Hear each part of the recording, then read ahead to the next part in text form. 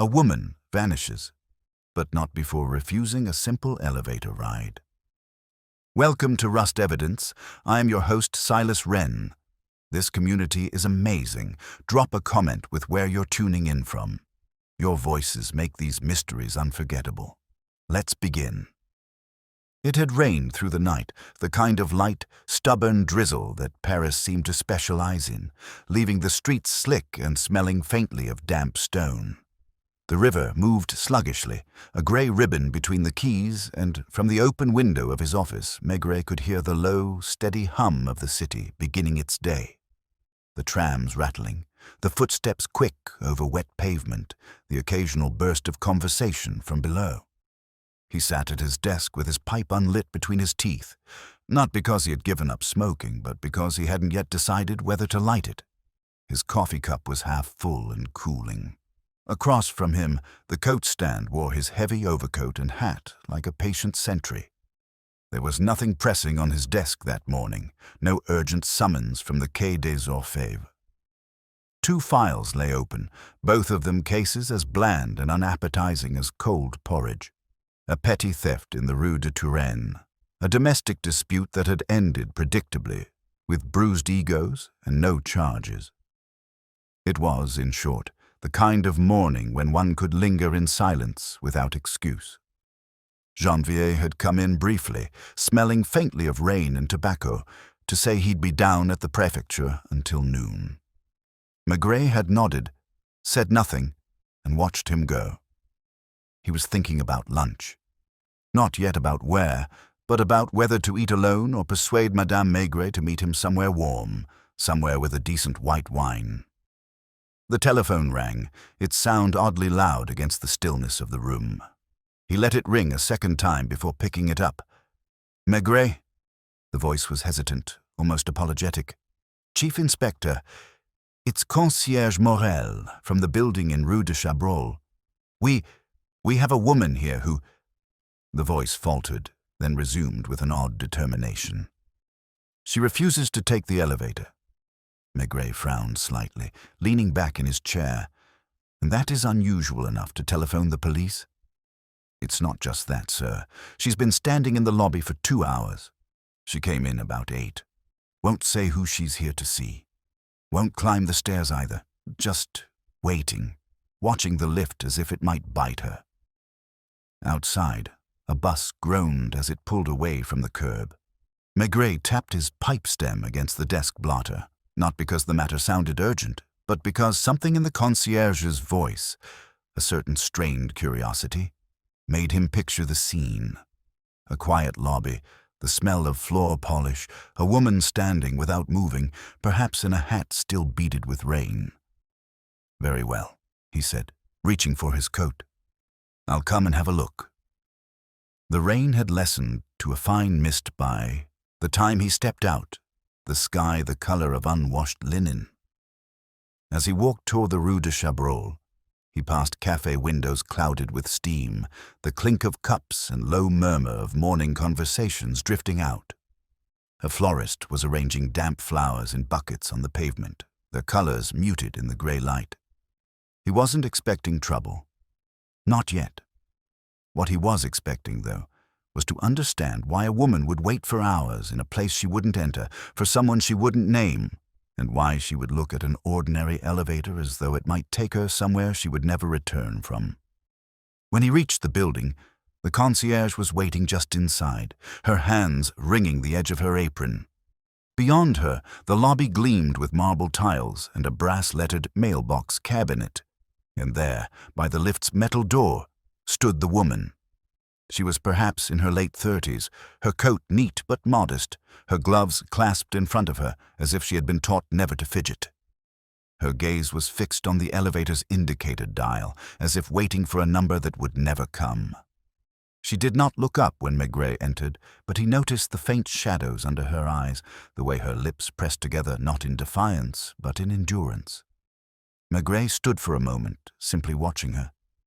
Something, he could not yet say what, was wrong.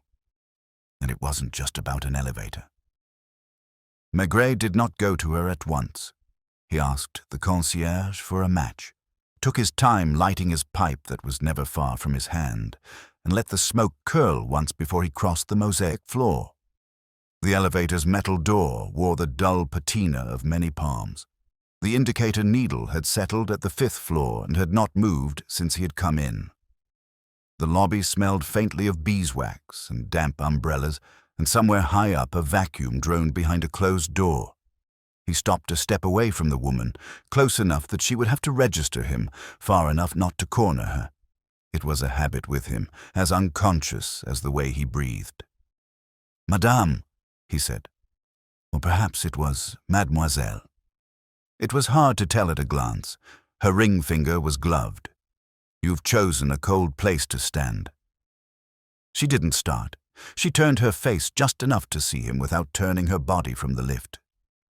She had a pale, practical face that had decided long ago not to ask for more than the day might offer. The rain had flattened a few strands against her cheekbones in wiry arcs. Her coat was neat, brown, and of the kind sold ready-made on the Grands boulevards. In the crook of her arm, a handbag that had been polished with something lemon-scented. "I'm all right," she said. Her voice was plain, the kind that could say good morning in a dairy or a fabric shop. "I'm Maigret." He showed her the card without pushing it at her. "May I ask whom you're waiting for?" "A person." It wasn't insolent, it was only cautious. "Someone on the 5th. The needle has been sleeping at 5 since 8 o'clock. The concierge put in from her little desk, flustered by her own boldness. "I told you, Chief Inspector. Perhaps he left early. Monsieur Keller travels, and the widow on 6 is in the country." The woman's eyes flicked to the concierge, then back to the dial. "He's there," she said, as if saying it would bring the cab down. "He told me to wait." "On the telephone?" Maigret asked. She hesitated at that. "Yes." "From here? From the 5th? From a cafe," she said, and her right glove creaked slightly at the seam where the thumb met the palm. It was the kind of small lie that didn't yet mean much except that it had been necessary to her. Maigret nodded, as if accepting the map she offered even if the streets were not all on it. He watched the leather pull against her thumb, a bit of sewing loosening where it had rubbed too often against a handle. "You don't care for elevators," he observed, mild as the weather. "No shame in that. Many don't." "I don't take them," she said. "Not today." "And the stair?" It wouldn't be right. She said it with a certain stubbornness that was almost moral. "If he wants to see me, he can come down. I won't. It isn't for me to go up." There was dignity in that, and stubbornness, and something like fear that had been dressed in propriety to make it presentable. He could smell the soft, soapy scent from under her collar where it hadn't fully rinsed out at the wash. He could see, on the toe of her right shoe, a crescent of mud that was not Paris mud, a little lighter, chalkier, caught in the welt where the leather met the sole. The pavements outside left dark paste, not chalk. An early provincial train had done part of the work before the rain set in. "Have you eaten?" he asked. "It's nothing to you." "No," he agreed. "But coffee is warmer than a lobby. There's a place across the street whose croissants are never as good as they look. If your person arrives, the concierge will send for us with a knock at the window." He didn't insist. He watched her consider.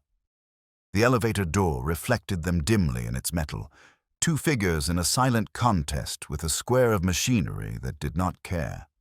At last, she drew a small breath that sounded like surrender but might have been simply fatigue, and followed him out, keeping a half-pace behind as if to be able to say she had not quite left. The cafe was steamed and brown with morning. The mirror behind the counter wore its veil of condensation. The zinc bar had rings of cups that had come and gone. A waiter with a red nose wiped a table with a cloth that had seen better days and worse customers. The woman kept her coat on. She placed her handbag on her knees beneath the table and rested her gloved hands on it like a small animal. Maigret ordered coffee for himself and for her, and a small jug of hot milk. When the cups came, she wrapped both hands around hers, not drinking. The heat went into her fingers, the fog from the cup touched her face, and her lashes beaded. She looked as if she might cry, but she did not. "You came on the morning train," he said, as if remembering something he had meant to do yesterday. Saint-Quentin, perhaps. He said it not as a trick, but because the mud on her shoe had taught him geography. "Amiens," she said. The correction came too quickly to have been invented. Quickness belongs to the truth as much as to lies. "The 6:20.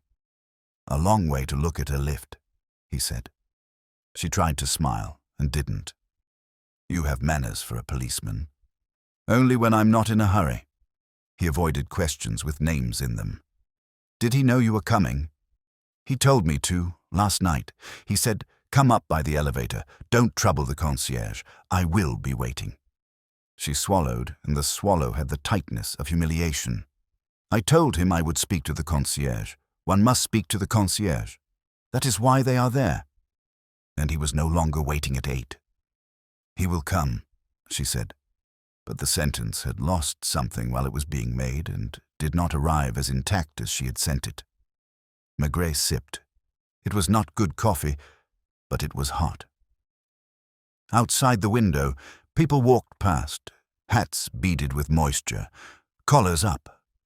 A child in a red cap ran beside a woman and was scolded at the curb. A man looked up at the sky with the resigned hatred of someone whose work would be outdoors. "You're not a Parisian," he said. She shook her head. "I was a seamstress," she said, and then seemed to realize that this was too much. "I'm a seamstress." He nodded, not making it a confession. "It's honest work. The city wears clothes. Someone must make them fit." She looked at him differently after that, as if he had passed a little test without knowing he had taken it. She took a cautious sip of the coffee and made a face that was almost a child's. "Do you know his name?" he asked. He still didn't say he wanted it. "I do." "And he yours?" "Yes." The waiter passed with a tray of glasses and a small pile of coins that clicked together.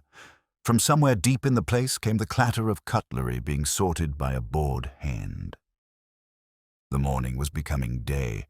It was the hour when promises made at night could no longer pretend to be anything but what they were. "You said it wouldn't be right to go up," he said. "I believe you. Sometimes it isn't the steps that are wrong, but the direction." She looked at him with something like gratitude, and then carefully put the cup down. "Do you go up often, Chief Inspector?" "More often than I come down," he said, and almost smiled. "Tell me one thing. When he told you not to trouble the concierge, did he say why?" "He said people would be talking," she said after a pause, and her eyes went to the mirror where the cafe showed itself in a long, watery smear. "He said there are mouths in Paris that never close." "There are," Maigret said. He watched her reflection, not her face.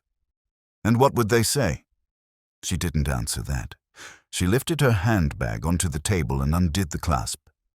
Inside there was a folded handkerchief, a small chiffon scarf, a ticket stub, and a long envelope of the kind used by photographers, with a stiff something inside it. For a moment he thought she might show him. Instead, she looked at the contents herself, as if to be sure they were still there, and closed the bag again. "It's time," she said. She stood, almost upsetting the chair with her knee, and left a few coins by her untouched saucer as if to pay for the coffee she had not drunk. "If he wants me, he will come down now. If he does not, I will go back." They crossed the street. In the lobby, the concierge raised her head with an eagerness she tried to hide and then shook it. No one had passed. The elevator's needle still slept at 5. A draft moved through the place with a particular smell of cities in rain, stone, metal, old polish, and lifted the hem of the woman's coat. "Morel," Maigret said to the concierge. "You know everyone, or nearly. Is there a Keller?" "5th floor, front, a commercial traveler, linen. He isn't here. He left yesterday. The widow on 6 has a nurse coming twice a week." On 5 back there is Monsieur Darnaud. He works at the bank, precise man, always at 20 to 8. On 4, 2 sisters who sew and who pray. On 3, the odd ones with a dog that does not like the postman. On 2, a typist and her mother. On 1, an empty flat. She, Morel nodded at the woman, apologetic for doing it, doesn't belong to any of them. I would know. I do not belong, the woman said quietly. She stood a little straighter as she said it, as if the words were a belt tightened to hold her together. Did he give a name? Maigret asked her. For the bell in case you changed your mind. He didn't, she said, and then added, because she was not a liar by nature. He said I would recognize it. Which was perhaps true of a voice more than of a name. He looked again at her shoes. The chalk at the welt had cracked where she had shifted her weight, a little map of light lines. Her stockings were good ones and had been mended with a neatness that belonged to a certain kind of woman. Without saying anything, he walked to the lift and put his hand on the door as if to feel its pulse. It was automatic, the kind of cage that would take one person up and down without an operator, the motor humming like a cat that had eaten enough. He pressed the call button. The light winked and went dull. Nothing moved. Somewhere above, he thought he heard a faint sound as of metal settling in a shaft. He turned to the stair, looked up into its spiraling throat. On each landing, a rectangle of light gave the same pale reply. I'll go up, he said. No, the woman said quickly, almost frightened. Number, please. If he wants to see me, he will come. As you wish, he said. It cost him nothing to agree. He had learned that the moment when someone asked you not to act was often the moment that told you most. He stood with her a while in the quiet. The concierge pretended to read a letter and did not turn a page. At 10 minutes to 10, the needle on the indicator shivered. It was so slight a movement that one could have taken it for imagination. It moved again, a twitch no larger than a breath. Then, with the lazy reluctance of something waking unwillingly, it began to slide, not down, but up, one numeral, then another, until it hesitated at 6. The motor gave a short, impatient cough. The woman's hands tightened on her handbag until the leather made its small dry noise. Her face changed. It didn't become hopeful. It became prepared. Maigret did not look at her. He watched the needle. It hovered as if deciding whom to obey, then jerked, almost peevishly, down to 5 again, and then, like a fat man on a cold morning, began at last to descend. When the doors opened, the man inside did not at once step out. He had the face of a mourner and the collar of a clerk. He held a flat parcel tied with string the way photographers use. His eyes went first to the concierge, then to the woman, and then to Maigret, and he seemed to choose which one he could afford to ignore. He chose the woman. He stepped past her with an effort toward indifference that made little things go wrong. He bumped the mailbox cabinet with his sleeve. He nodded without meeting anyone's eyes. Monsieur Darnaud, the concierge said with a respect she reserved for rent paid on time. You forgot your umbrella. He stopped then, only then, and something in the lobby's temperature changed. The woman did not speak to him. She simply looked at his left cuff, and he tugged it down as if it had betrayed him. The string on his parcel was damp and had stained the paper darker where it crossed. He smelled faintly of the kind of cologne that tries to be discreet and is not. Good morning, he said to Maigret, because the uniform and the hat brim were unanswerable facts. He had a banker's habit of civility. Good morning, Maigret said. His pipe had gone out without his noticing. The lift is temperamental. It is very old, Darnaud said, and for a second there was something almost affectionate in his voice, as if the machine were a pet that had lost its teeth. He glanced once toward the woman and then away, and then, because there is a kind of man who cannot resist tidying a situation, he added to no one and everyone. The stair would do as well. I prefer stairs, the woman said, and her voice was so even that you would not have known it had been waiting in a lobby for 2 hours. D'Arnaud's mouth made a shape before the words came. "Of course," he said. He held the parcel as one holds a shield. "Of course." He went out into the rain without his umbrella. The concierge looked at the umbrella, then at the door, appeared ready to run after him, and then thought better of it.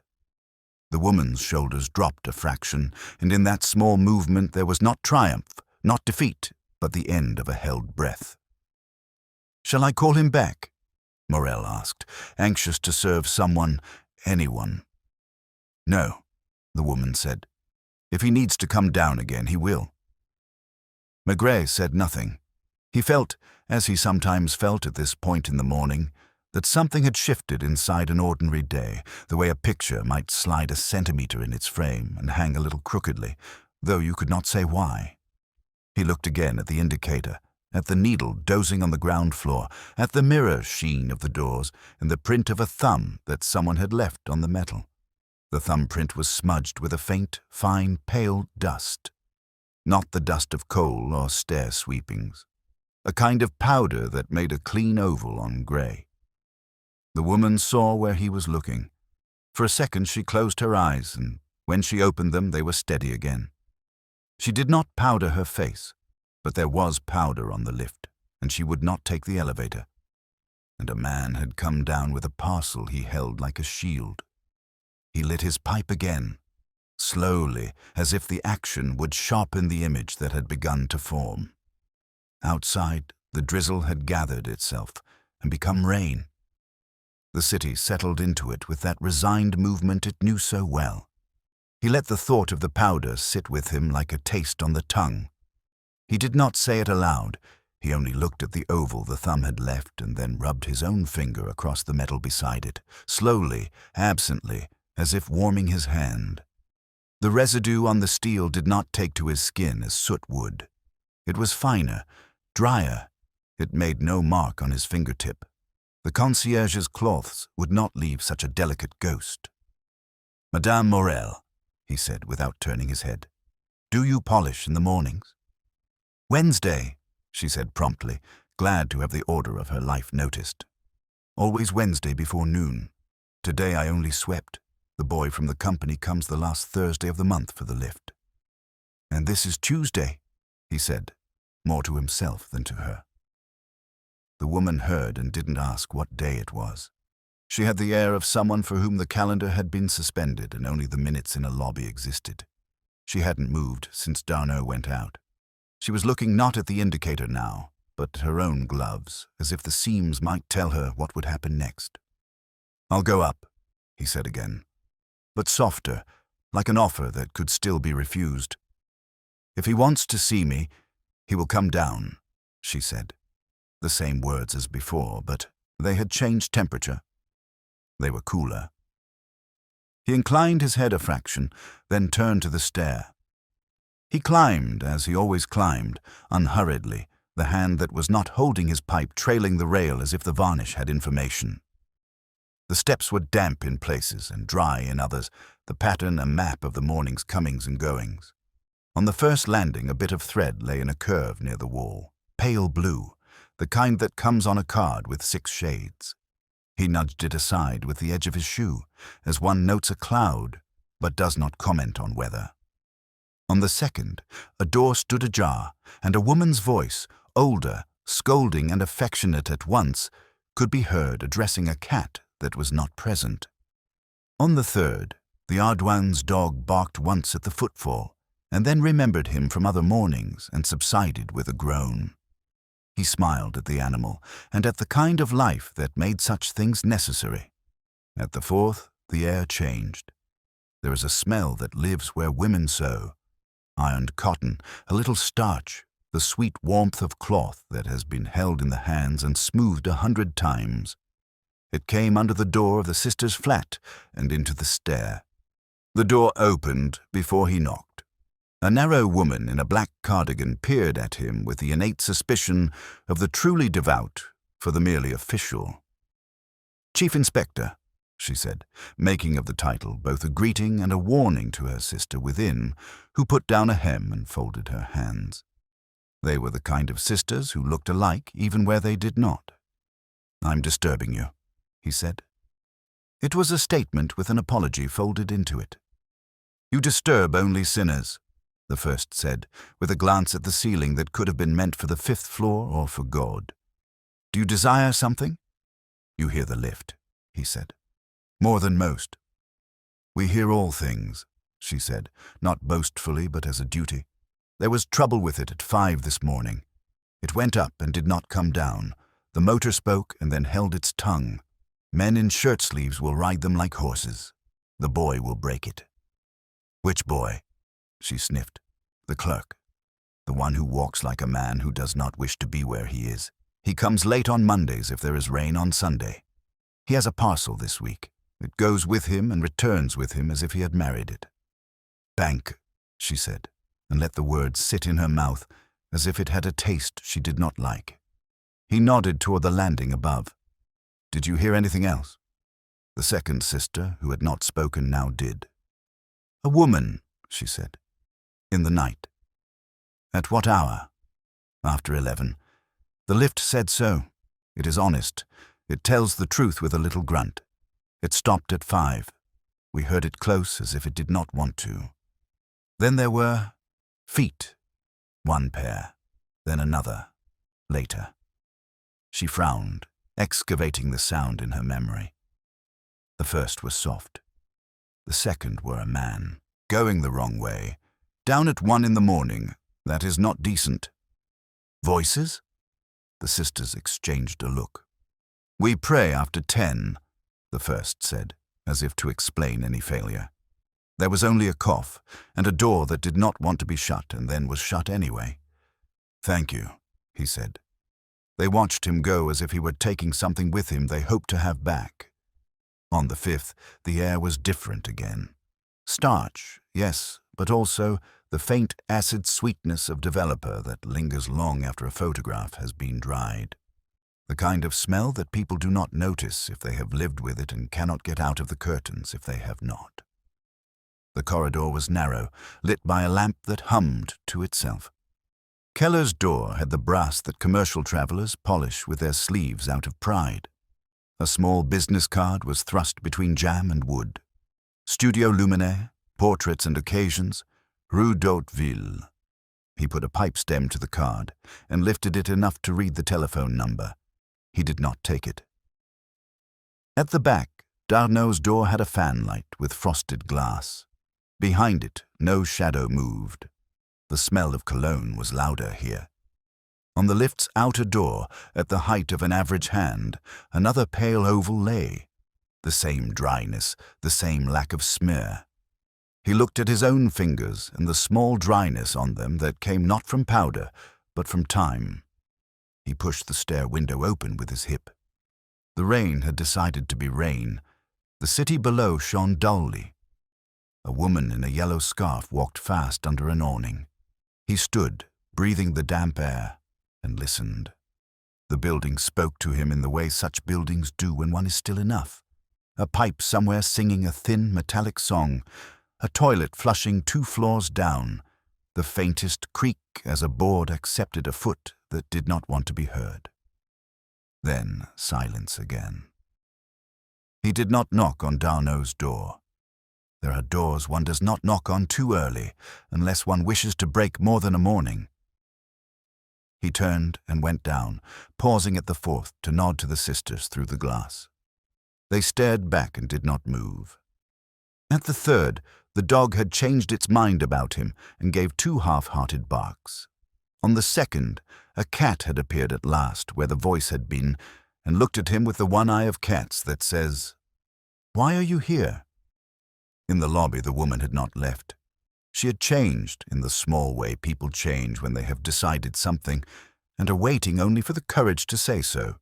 Her bag was still in her hands. She was standing not quite where she had been. The concierge had cut a notice neatly from a newspaper and was pretending the scissors had more to do with the morning than the police.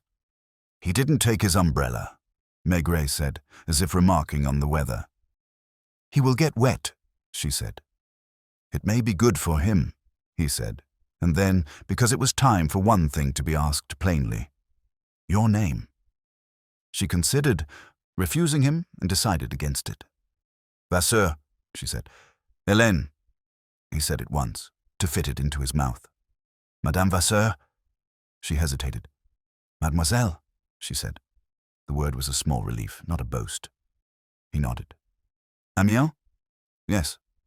"And Studio Luminé?" Her chin lifted a little. "He is a friend of the owner," she said. And the lie was not that he was a friend. It was what she did with the word friend. Sometimes there are photographs for customers, weddings, communions. He takes them because he knows how to carry paper in the rain. "And you?" She gave him a look that was briefly alive. "I sew," she said. "I told you. Do you mark hems with chalk?" She looked at her gloves then. "Sometimes." "You have not touched the lift door," he said. "I know." She did not ask him how. It was to her credit that she did not bother to pretend she had. She looked past him at the street, at the cafe misted over again, at a boy in a cap kicking at a puddle. The boy's mother dragged him on without looking down. "You saw him," she said. "You saw that he saw me." "He saw you," Maigret said. "He saw me as well. He chose which was more immediately inconvenient." She took this in. "He asked me to come," she said very low. "Last night, he said I would be among people. He said he would be—" She stopped. He said, "Take the elevator like a lady, Hélène. He knows I do not prefer them." "Why?" "In Amiens there was a factory," she said, as if this explained elevators. "Once it dropped between floors. The woman with the red scarf lost her hand." She made a small involuntary movement with her right thumb inside the glove, where seams had creaked under strain. "I walk."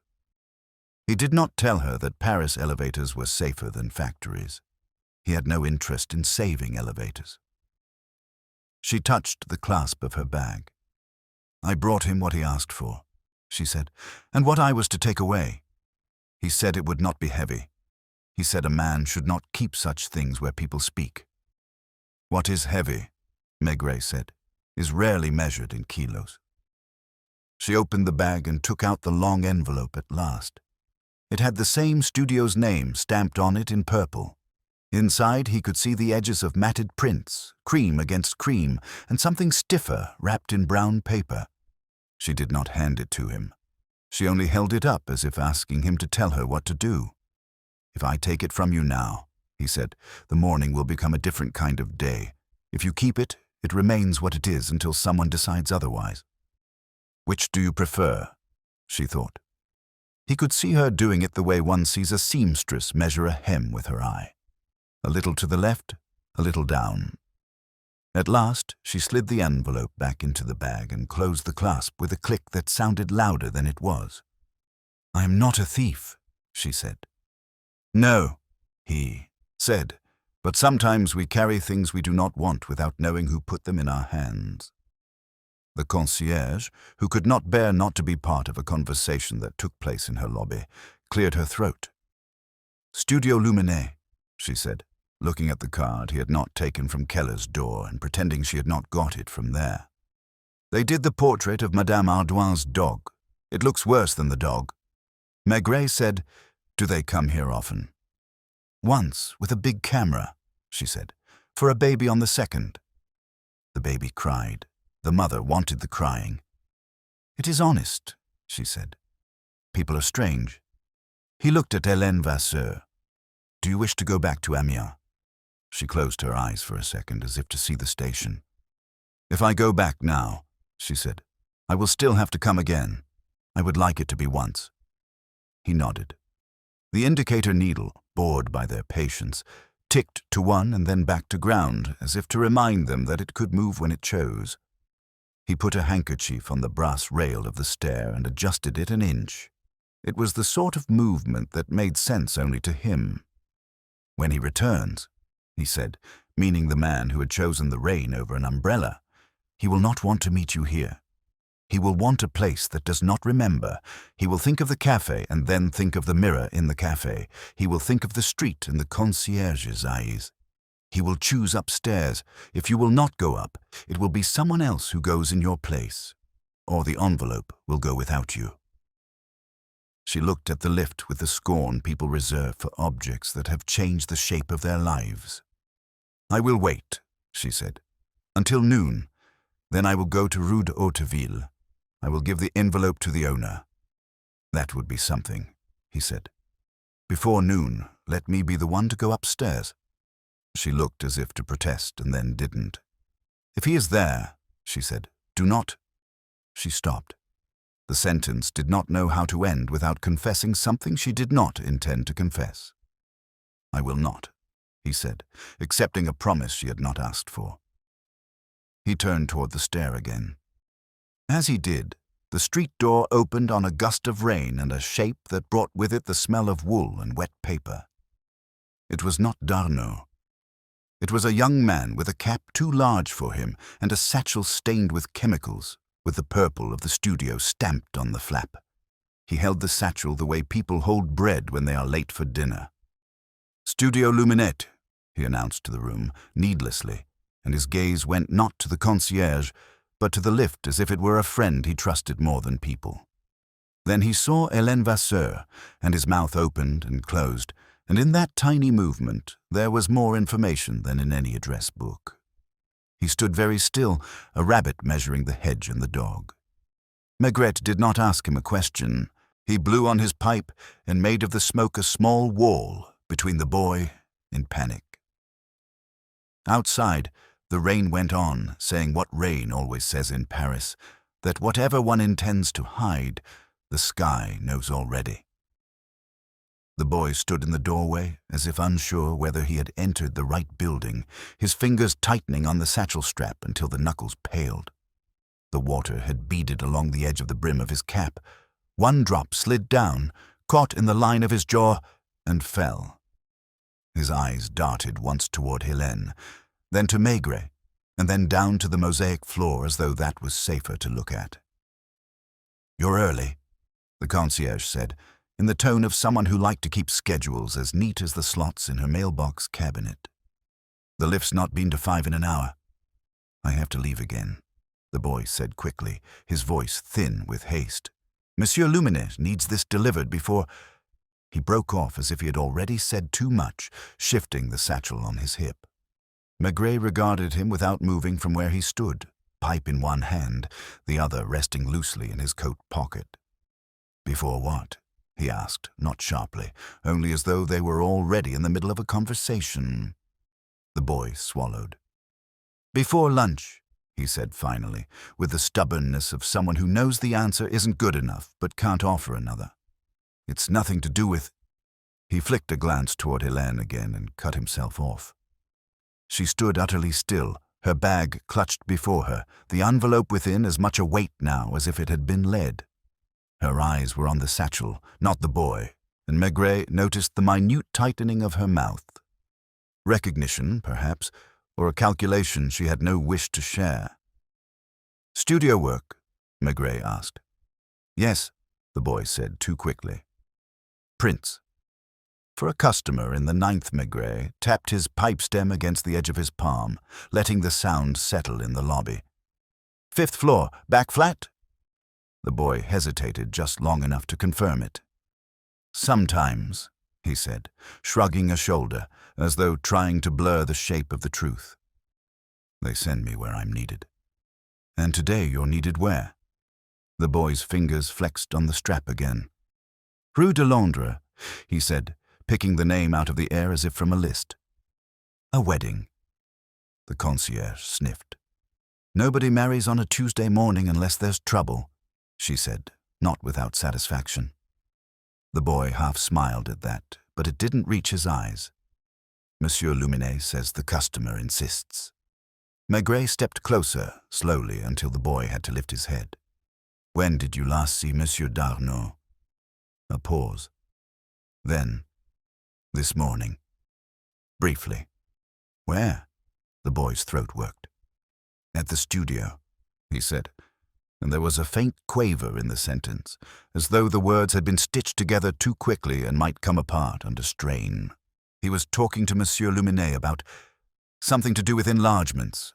I didn't listen." Maigret nodded as if satisfied. And you'll take the lift up now? The boy's eyes flickered toward Helene once more. If it's working. It's working well enough to carry paper, Maigret said. The boy crossed to the door and pressed the call button. The light winked without enthusiasm. The motor grumbled above, then began its lazy descent. Helene turned her head away as the metal cage appeared, as though the sight of it offended her. When the doors slid open, the boy stepped inside with the awkward gait of someone unused to being watched. The satchel knocked against the side of the cage. As the doors closed, Maigret caught the faint scent of the same chemical tang that clung to Darnaud's cuff earlier, a mix of fixer and something sweeter, almost like faded perfume. The indicator needle climbed with unhurried precision, one floor at a time until it rested at 5. Maigret could almost hear, in his mind, the cage door opening up there, the pause of a hand on a handle, the muted sound of someone stepping into a corridor that smelled of developer and cologne. He waited. Helene waited too, her gaze fixed on nothing in particular. The concierge shifted behind her desk, restless, cutting the same corner from the newspaper twice without noticing. The building was still enough that Maigret could hear the faint hum of the lift motor holding itself ready. 5 minutes passed. Then the needle trembled, dropped to 4, and stopped. No sound came from the shaft. Helene turned her head slightly, a question in the movement. Maigret said nothing. He walked to the stair and began to climb again, each footstep deliberate, the smell of damp stone rising with him. On the 4th landing he heard it, a muffled thump as of something soft striking wood, then a scrape. The air carried a faint trace of powder again. Not face powder, but the same fine, dry dust from the lift door, and beneath it, that chemical tang, fresher now. He went up to the 5th. The corridor light flickered once before steadying. The lift cage was there, its door half open. The boy was not inside. The satchel lay on its side in the corridor, the flap open, a corner of brown paper protruding. One of the handles was wet from where it had pressed against his coat. Maigret knelt, lifted the paper. It was wrapped around something rigid, flat, perhaps the size of a large book. The damp had not penetrated far. The knot in the string was clumsy, pulled tight as if by someone in a hurry. He replaced it exactly as he had found it and left it where it was. He looked toward Darnaud's door, closed. No sound. Toward Keller's, locked, a faint smell of stale air behind it. From further down the corridor, toward the back stair, there was a creak, quick and light, as though someone had moved away in stocking feet. He didn't follow at once. He stood, pipe in hand, listening.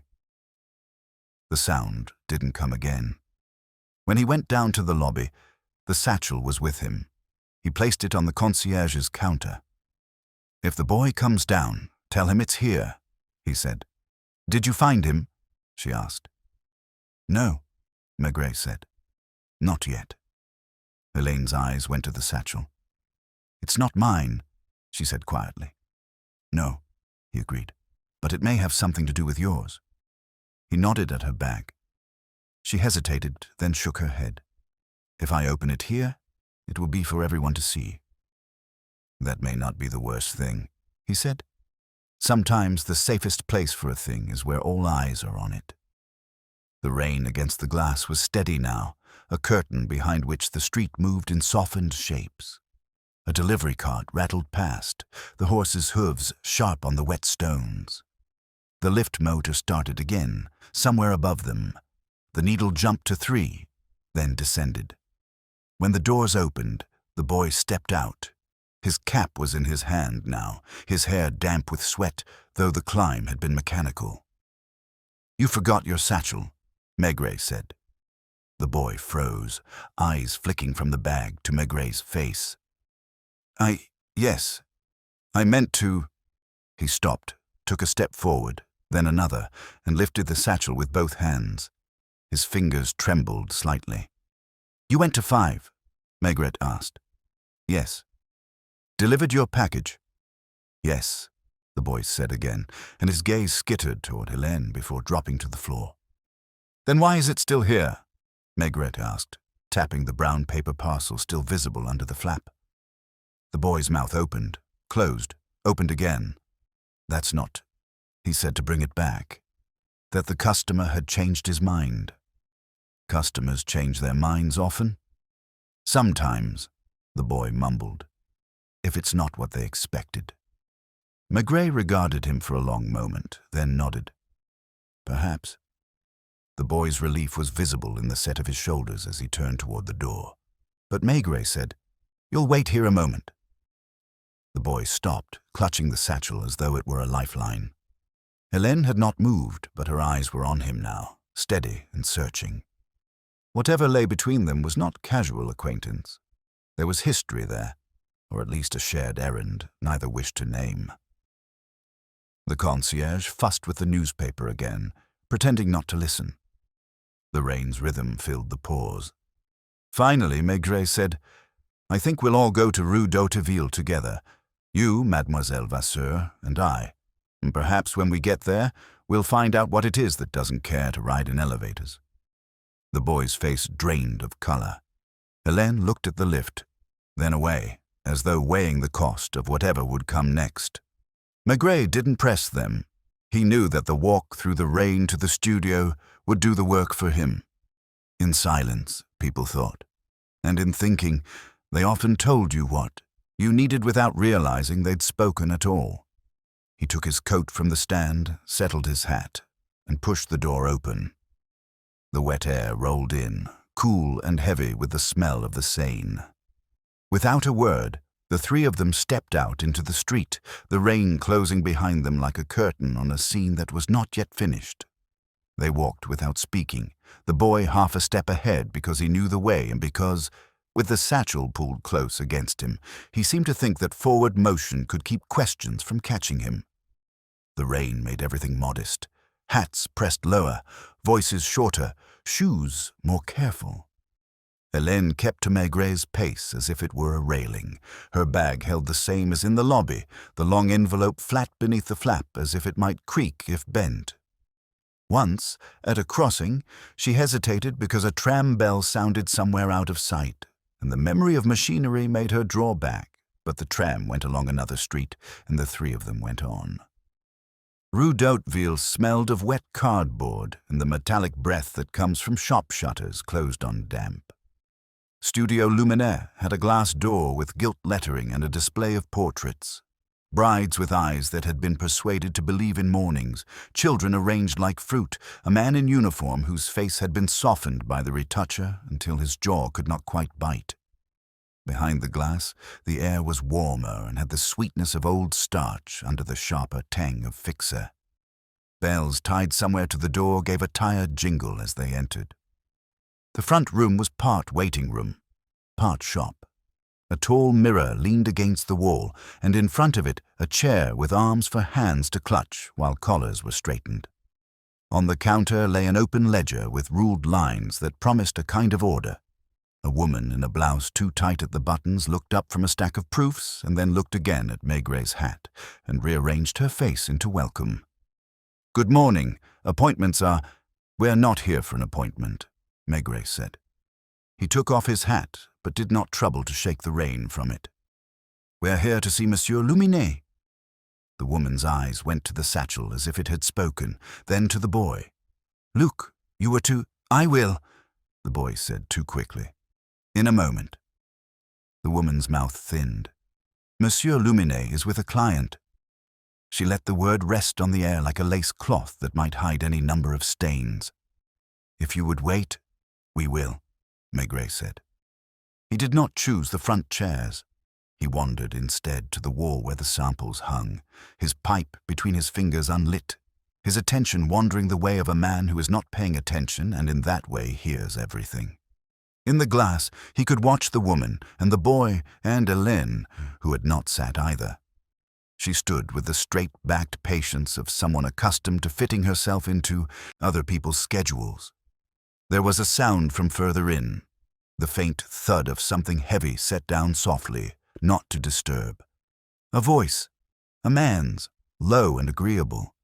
Then another, lighter, not young, careful, almost apologizing for existing. The boy cleared his throat. "I can take this through," he said, touching the satchel. "Not yet," Maigret said, without turning his head. The woman began to reorder proofs that did not need reordering. She did it with the fast, nervous economy of hands that have learned to find work when there is too much watching. On her blouse there was a faint dusting of something pale where she had brushed her cuff, the fine, dry powder he had tasted on the lift door. It sat on the black fabric like a complaint. "Retouching day," he said, friendly, as if making conversation for the sake of it. She glanced down, slapped at the dust uselessly. Madame Pujol insists the shine from the forehead must be vanished. "It does not vanish by itself," she said. "We have powder for that. Men are the worst. They come and they sweat and they ask to be made to look like people who do not sweat." "Powder for prints," he said. "For skin," she said, as if the difference were obvious and idiotic to confuse. "You pat it, you take away what the light has shouted. If you do not, the camera is cruel." He thought of the pale ovals on the elevator metal and of Hélène's refusal to let the cage close around her. He said nothing. The inner door opened with a little click and a man came out with his hand extended in front of him, as if to scatter weather. He had the grey hair that comes early to certain kinds of vanity and a scarf knotted just so. He wore a suit that tried to say taste without repeating the word.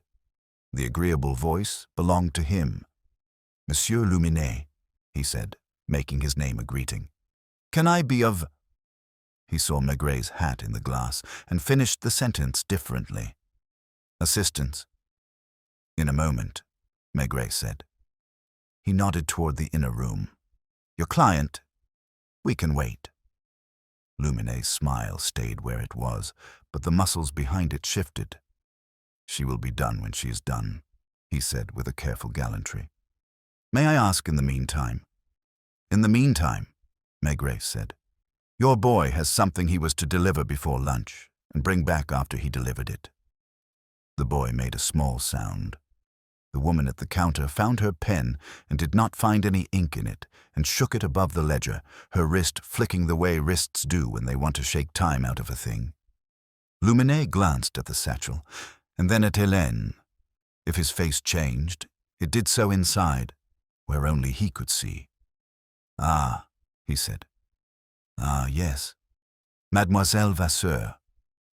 She inclined her head the way one does when one hears one's name spoken where one had not planned to hear it. "Monsieur," she said, "you have what we discussed." Luminet's voice was mild, but the muscles in his throat worked. "And you have not—" "I have it," she said. "I have not opened it." "Good," he said. "It came out too quickly." "Good." He spread his hands. "You see, there is no mystery. A client asks me to keep certain things until a certain hour. A friend of the client keeps them overnight. The police do not concern themselves with clocks." "Sometimes we do," Maigret said. He had drifted nearer without appearing to move at all, and with lifts that go up when they should go down. Luminet's eyes went to the boy again. The boy stared at his shoes as if they had never belonged to him. The woman at the counter, who had finally persuaded the pen to write again, made a mark in the margin large enough to be seen from the street. "Let's have it," Maigret said gently to Hélène. She took the envelope out, not dramatically, only like a woman paying for a garment. Luminet extended his hand, and then, seeing that the hand was not what the envelope wanted, let it drop. Maigret slid a thumb under the flap and drew out the contents as if they might be shy. Cream mounts slid against each other with a little breath. On the top was a portrait of a staircase. It had been taken with care and with the kind of attention that can only come from someone who has learned the silence of buildings. The stair rose in a coil under a fan of light. The lift cage showed as a ribbed spine in the middle distance. On the brass of the door there was the faintest powder bloom. In the corner, in pencil, a neat hand had written Rue de Chabrol, number 28, 5th to ground. Underneath, another print. The same corridor, the same light. A door, slightly ajar. In the narrow wedge of interior, a man's cuff and hand. The hand was pulling the door shut. The cuff was damp where cologne had failed it. The face was not visible. Maigret drew a third. The lift again, doors parting. The cage mirrored the corridor, and in the mirror, a woman's hat brim could be seen. Not Hélène's. The hat had veiling. The veiling had a tear repaired with such neatness that only the camera had seen it. He put the prints on the counter in a patient fan. The room grew smaller around them. "You do weddings," he said to Luminette, almost kindly. "Communions. Dogs." "And sometimes," Luminette said, because he was a man who could not tolerate a silence that did not belong to him, "one is asked to record something for legal purposes. A landlord wishes to show a tenant has damaged a wall. A husband wishes to know if his wife goes where she says." "The husband was which?" Maigret asked. "Bank clerks have husbands," Luminette said lightly, and then wished to have the sentence back. "I do not ask. I am paid to see. I am paid, sometimes, not to speak." "You sent your boy this morning," Maigret said, still mild. "To 5. To collect an approval," Luminette said. It was not given. "Because the man had gone out," Maigret said, "and because the approval might be given instead by the person who refuses lifts." Hélène could have flinched. She did not. She looked at the photographs as if they were garments badly made and not because of the sewing. "I was asked to be present," she said quietly, "so that it would not be only men talking. I said I would not go up. He told me, 'Then take the elevator like a lady.'" "Who told you?" Maigret asked, without looking at her. She swallowed. The boy's satchel strap creaked in the quiet like an old leather knee. The inner door gave a click again, and the older, careful voice said, "Is it finished, monsieur?" The voice had the softened vowels of someone who had once spoken more formally and had forgotten to think about it.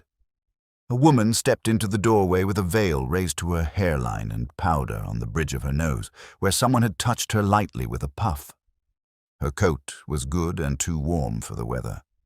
She had the face of a woman who had learned to pass without remark and to be remarked upon only by those who needed to. "Madame," Luminette said too fast, "one moment." She saw the prints.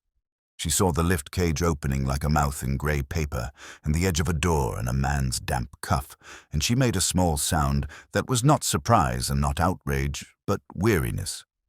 Then she adjusted a glove finger that did not need adjusting, and came no farther into the room. Maigret did not ask her name. He did not need it.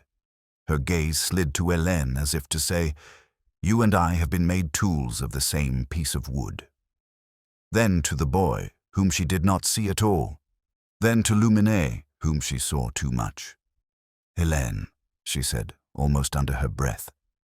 It was a greeting and a dismissal and an apology crowded into 2 syllables. "Monsieur d'Arnaud asked you to come," Maigret said, as if to the air. "Last night. Late. He asked you as well, madame. He wished something returned to him, not the prince, something stiffer." He touched the brown paper parcel in the boy's satchel with a finger as light as a moth's foot. He wished to be sure of who would carry it. The boy whispered, "I wasn't to," and stopped. "What is it that does not wish to ride in elevators?" Maigret went on, almost conversationally. "Not paper. Paper does not mind. Money minds. But money folds. What does not bend? A frame, a mount, a board that holds something that could be hung." Luminette's smile had long since exhausted its resources. "Chief Inspector, you cannot think—" "I think," Maigret said, "that yesterday in the afternoon a clerk who smells of cologne came to you and said, 'Take these off my hands before they make my hands too hot.' And you said, Bring them tonight when the sisters who sew begin to pray and the fourth floor is quiet. And he said to a woman he has used too often for errands he will not name, Come up by the elevator. Do not trouble the hour. Concierge. And to another woman he has used differently, If you are seen, be seen with me in a photograph that says we are respectable. And to a boy who knows corridors better than maps, if the approval is given, bring it back before lunch. He let the sentence hang long enough for everyone in the room to hear themselves in it. The woman with the veil lowered her eyes, and in doing so, confessed more than any signature. Hélène looked at her as one looks at a mirror that shows the back of one's head. The boy made a motion that might have been to run if there had been anywhere to run to. Open it, Maigret said at last, and because he said it to the boy obeyed. The paper loosened under his trembling fingers. Inside was a cardboard mount, heavy, the kind used to back a thing that must not curl. It was wrapped again, more carefully, in tissue that had stuck to it in places. When the tissue came away, the room seemed to take one breath and hold it. It was not a photograph. It was a board with banknotes glued to it in a pattern meant to look accidental if seen at a glance, and very neat if seen at leisure. The edges were trimmed with the kind of care that a clerk might give in an office where precision is holy. The notes were new. They had the smell that is not quite a smell, that metal sweet scent of things that have not yet passed through hands. Nobody spoke. Outside, a car went past slowly, tires whispering on wet. The bells on the door gave a small involuntary jingle as the building settled. It would not be right to go up, Hélène said, in the voice she had used in the lobby. It now carried a weight it had not carried then. Luminet put his hand to his scarf and did not straighten it. The woman with the veil took one step back, not because she had been accused, but because there was nothing left in the room that did not accuse. Maigret looked at the board, and at the boy, and at the two women, and at the man whose name was on the window. He lit his pipe then, and, through the first curl of smoke, said to no one in particular, There's a lift in every story. It takes people up who should walk. It takes them down when they are not ready to descend. The only honest thing in a building is the stair. He waited for the smoke to find its shape. We'll all go back to Rue de Chabrol, he said, as mildly as if suggesting a stroll. By the stairs. They returned almost as they had come, except now they were tethered by the knowledge in the satchel more than by the weather. Luminet walked slightly behind, careful not to be seen to lead and not liking the sensation of being led. The woman with the veil kept a measured distance from Hélène, as if proximity could turn into accusation, and the boy matched Maigret's pace the way a dog matches the step of a master it has not yet decided to love. In the lobby, Madame Morel raised her head and then stood up, her hands forgetting the scissors, so they dropped with a clink. She took in the procession with the professional quickness of her kind, and then with the curiosity of a woman who will set this scene aside for later, to be relished and improved in the telling. You're back, she said, in the tone people use when something has returned before they have quite put it away. Her eyes went to the satchel. There has been no one. The elevator yawned twice and then behaved. Let it rest, Maigret said. No one takes it for the moment. He set the parcel. The board, unwrapped now and covered again in tissue, square on the glass of the desk as if it were a paperweight for the morning. If anyone asks what it is, you will say it's a piece of cardboard found in the rain. Morel's eyes widened with a sort of prim delight. I will say precisely that. Come, Maigret said to the others, and to Hélène, who had paused, he added, by the stairs. She nodded, grateful for a morality the building would approve of. They went up, the leather smell of wet shoes on old wood, the cautious breathing of people who did not wish to be thought to gasp.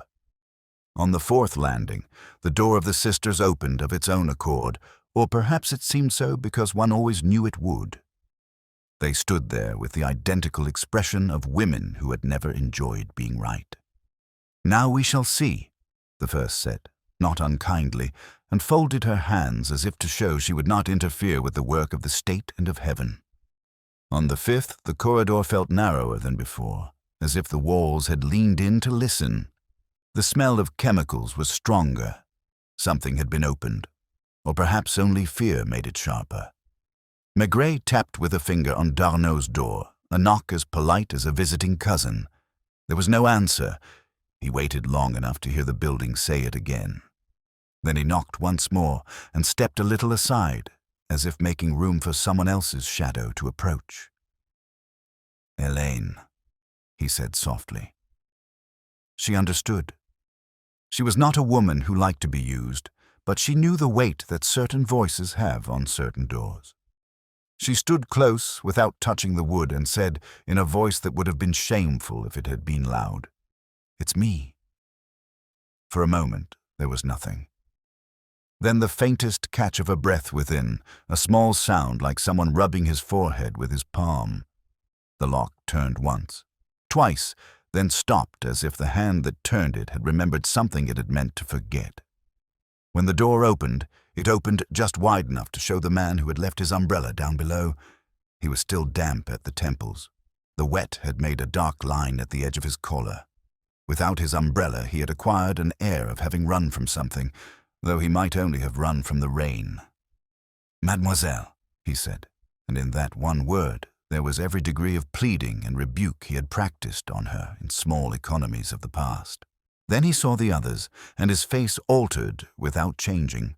One of those little rebalancings men do when they understand that a private explanation will not be the currency accepted. "May we come in?" Maigret asked, as if he were inquiring whether the room had chairs enough. "For what purpose?" Darnau asked, and the bank entered his voice. It was fatigue more than arrogance. Men who spend their days at counters cannot quite stop totting up. "To prevent you from having to talk to the corridor," Maigret said. "It carries sound." Darnau moved back, the door not fully opening but enough. They went in. A narrow hallway with a stand for hats that held none, a mirror with a mercury blemish where the silver had retreated from its obligations. The main room was respectable in the way of rooms that are kept for others to see. A table with a lace square at its center, books arranged by size, a photograph of a mother who had probably once put sugar lumps in his pocket. On a chair near the window, a suit jacket lay, damp at the sleeve. He had been somewhere he had not intended to be in the rain. The woman with the veil stayed by the door, not stepping across the line into the room as if the floor beyond belonged to a story that could still be unwritten for her. Luminet took 2 calculated steps and then found a place to stop where he could be seen being useful and not be asked to do anything. The boy held himself like a folded paper, trying not to crease further. "I went out for bread," Darnau said. "Is it a crime to go out for bread?" "No," Maigret said. He did not look at the bread on the sideboard, which had not been cut. "It is a crime to remove money from where it belongs and glue it onto cardboard." Darnaux's eyes went to the window as if the rain had just then reminded him of something. It might have been panic. It looked more like the sudden wish to sit down on the edge of the bed and take off one's shoes. "I don't know what you're talking about," he said, but the sentence was a collar too tight. "Then you will be pleased to know," Maigret said, "that it has been found, and in the safest place a piece of cardboard can live, under a concierge's eye. If you wish to explain it to her, she is waiting." Darnau half smiled despite himself, and then let it drop. He looked at Hélène, not at her face but at her gloves. "You came," he said. "You asked me," she said. She did not soften it. He glanced at the veiled woman. "Madame," he began, and stopped because there was no polite form of address strong enough to pull her into the room. She answered not to him, but to the space between them. "You used me to be seen," she said very evenly. "That was all." "It was to protect you," he said, and the words were those men take off the peg when they cannot find better. "If there were questions, you would be with me at the studio. There would be portraits. People would say, He is engaged. He is respectable. And what would they say when the bank counted its notes? She said. That your respectability was glued to a board. The boy made a noise and then swallowed it. He had the look of someone who expects to be told at any moment to carry something heavy and not ask where. Sit, Maigret said, not to any one of them, but to the room. He did not sit himself. He emptied his pipe with a thumb against the hearth tile and refilled it, as if giving time a job to do. There is a lift in your story, he said after a while, and because it was not a question, no one tried to answer. At 11 last night, it brought up a woman. At 1, it brought down a man who did not wish to use the stair. This morning, it brought up a boy with a satchel, and then brought him down again with the same satchel, only heavier with fear. It brought you down in a hurry without your umbrella. It did not bring down Mademoiselle Vasseur, because she has a kind of decency, which is also a superstition. No one contradicted him. The lift hummed faintly through the wall, caught by a draught like a shell that has remembered the sea. You told her to use it, he went on to Darnaud, in the tone one uses to a man who once knew better. Because the sisters on 4 have ears, and because it is simpler to cross a lobby with a handbag than to pass a landing with a face. But what will not ride in an elevator is not cardboard. It is a conscience. It does not care for cages. Something in that last word made Luminet cough, as if smoke had found a wrong cove in his throat. He adjusted his scarf again, the knot now less and less sure of itself. Maigret took the telephone from the pedestal table and lifted the receiver. Madame Morel, he said down the candlestick, be so good as to keep the board company. If anyone touches it, bite. Morel's laughter came up the line like the clink of glasses. And also, he added, ring the office for me. Tell them I will not be back before 2. He paused, then said, better yet, ring my home. A minute later, the telephone trembled its little bell. He took the call with his back to the room, the cord taut. A warm voice came over the wire, the simple comfort that had anchored more cases than the code of procedure. You won't be home, Madame Maigret said. It was not a question. No, he said. Keep the stew from sulking. I will keep nothing from sulking, she said with her mild humor. You left your umbrella, and the baker dusted the handle with flour when I went to ask for a fresh loaf. Now I have to wipe the door again. Powder is a nuisance on dark paint. It shows everything. He made a small sound that might have been a scent, might have been the click of a bead in his mind moving to the next notch. You're right, he said. Powder shows what people do not intend. Do not smoke too much, she said, and rang off. He turned back, and the room was as he had left it, except that the veiled woman had moved 1 foot backward and Hélène had moved her thumb inside the glove to ease a seam. He looked at the door frame. At the height of a gloved hand there was the faintest pale trace, a crescent where someone had leaned last night too close to the paint and left behind what the morning had not washed. Not chalk, not cleaner. Face powder that had rubbed from a cuff when a woman slid past in a hurry. The lift door had borne the same halo. He looked at the veiled woman's glove. She saw where he looked, and, with the same gesture Madame Morel had made below, brushed at nothing and only made the pale dust more visible. You came up at 11, he said to her, no reproach in it, only a time given a voice. You stood here, and you did not wish to be seen on the stair, so you told yourself you would not be. You touched the lift and then this door. In the mirror at the studio this morning, the tear in your veil was so neatly mended that only a camera would have tattled. Last night it caught on something as you hurried, perhaps here.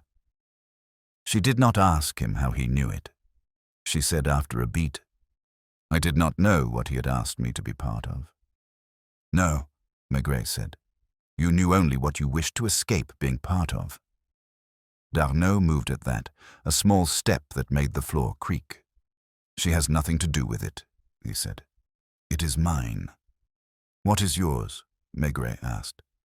The mistake, he said, and for the first time there was something honest in his voice. the tiredness of men who have done a wrong thing with 100 small right reasons. When you sit all day with numbers like eggs in cardboard trays, you begin to believe they belong to no one. You tell yourself you will borrow, that you will return, that someone else has more, that a man who smells of cologne can be a different man if he has a different purse. Then the tray tips. He made a gesture like a shrug that could not quite rise. And you ask a photographer to take something off your hands, and you ask a woman to be proof you are what you are not. And you ask another woman to deliver what a man should not carry, and you ride a lift because you cannot face a stare. Hélène looked at him with a level gaze that was not cruelty. "You asked me because I am invisible," she said. "You like invisible people when they are useful." He flinched at that, not because it was harsh, but because it was fair. The boy let out a breath that had wanted to be let out since morning. Maigret did not hurry the moment. He watched the words settle on the furniture, watched how each person made a place for them. The sound of the rain softened, as if the day itself were listening for the next instruction. "You will come down," he said at last, and if he had said, "We will go for a walk," the tone would not have been much different. "You will bring your jacket. You will not take the lift. You will bring your umbrella, which is waiting to forgive you. Mademoiselle Vasseur will keep her envelope because it is hers to keep until it is no longer needed. Monsieur Luminet will reflect on the difference between seeing and conspiring. Madame will go home by the street that has the least mirrors." No one moved immediately. Then, as if released by a sign that had been agreed on long ago and forgotten, Darnaud reached for his jacket. His fingers at the cuff were unsteady. They left a faint damp on the cloth. He looked once more around the room, at the lace square, at his mother's photograph, at the table where he had eaten alone many evenings, and told himself there was no harm in the way life had become arranged, and he let out a breath that was a small, defeated thing. On the landing, the sisters were waiting with the stillness of clergy at the door of a sick room. They looked at the little procession with that expression the pious have when sin and sorrow are the same piece of cloth. The dog on the third barked twice, and then was quiet, recognizing the gravity that sometimes uses the stair like a church aisle. They reached the lobby.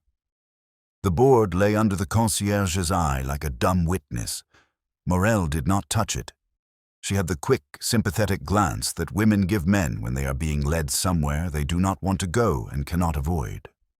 Maigret put on his hat. He looked at the lift, at its closed mouth, at the polished brass with the thumb ovals that had taught him more than fingerprints ever do. He turned instead to the door.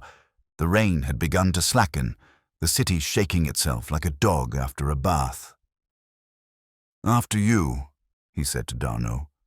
And the man obeyed, stepping into the street where the air felt newly rinsed and where, for the first time since morning, the sky looked like it might be ready to tell the truth without making a fuss about it. They did not hurry him. There is a way of walking a man to the Quai des Orfèvres that is neither escort nor parade, and Maigret knew it.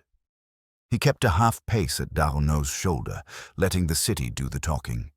The hiss of tires on wet stone, the muffled clink of bottles in a crate, the smell of yeast from a bakery door cracked against the rain. The veiled woman, she had given no name, fell back of her own accord, and then peeled off at the corner where the tram rattled. Luminet shrunk into his scarf, promised with a hand that he would be available, and drifted toward the studio side streets as if the weather might forget him there. Only the boy, with the satchel and its ugly knowledge, stayed close, his jaw set in the way of boys who think that if they don't blink they won't be seen. In the big tired building on the Ile, the corridors were the same as always. Doors scuffed at the bottom by shoes that had paused, a smell of old paper and damp wool. Janvier looked up from a desk where a blotter had been neatly divided into duties and nodded without surprise. A clerk brought coffee that was hot and not good. Someone somewhere laughed too loudly and stopped when a door opened. Maigret let the room arrange itself. He chose the small interview office with the window that looked at a slate roof rather than the river, because roofs tell you more about the weather you're actually in. He set the chairs in a crooked triangle. One for him, one for the boy a little off, and one for Darnaud by the window so that the glass made him aware he was inside. "Write, if you like," he said, putting paper near the clerk's pen. "Sometimes it is easier when one's hand has something to do." Darnaud touched the pen as if it might have a temperature. He did not write. He looked at his fingers instead, at the faint ridges of damp that had dried there. The bank was still on his hands. It would be for years. "How much?" Maigret said, as if asking the price of a melon. There was a small pause in which a man measures what can be said without the number becoming a confession. Not a lot." "How much?" Maigret repeated, without a change of anything. 15, he said finally, and because he could not leave a number imprecise, he added, 1,000. The word came out with the weariness of coins counted too late. Maigret's eyes went to the satchel. He had counted with his thumb through tissue earlier. Not the notes, but their thickness, the way a butcher weighs a cut without the scale. 12, perhaps a little more. He didn't say it. "Over how long?" he asked. "A month," Darnaud said. "In pieces. A 5 for a 10 placed at once. It is a way. There are ways." "Ways," Maigret agreed mildly. "And for what?" There was an absurd moment when the other man almost said, "For bread," and then he shook his head at himself. "For being a different kind of man," he said, not looking at the boy. "You buy cologne because the others wear it. You buy a jacket that does not shine at the cuffs. You pay a bill that has your name on it instead of letting it go around the office like a hat. You think if you stand with a woman in a window where cameras live, people will begin to say your name with 2 syllables instead of 1. Janvier had come to the door and stayed there, as he always did, occupying as little space as his height allowed. He had a ledger in his hand in case anyone needed to pretend that this was about columns that balanced. "Mademoiselle Vasseur's envelope," Maigret said, turning slightly. "May I?" She had been sitting very straight on the edge of a chair, like someone who does not intend to be here long enough to soften the cushion. At the question she looked at him, then at the boy, then back, and opened the clasp. The cream mounts slid out again with their shy friction. Beneath them, wrapped separately, was the stiffer thing he had felt before. She pushed it toward him without ceremony. It made the faintest sound on the wood, like frost cracking. He undid the paper.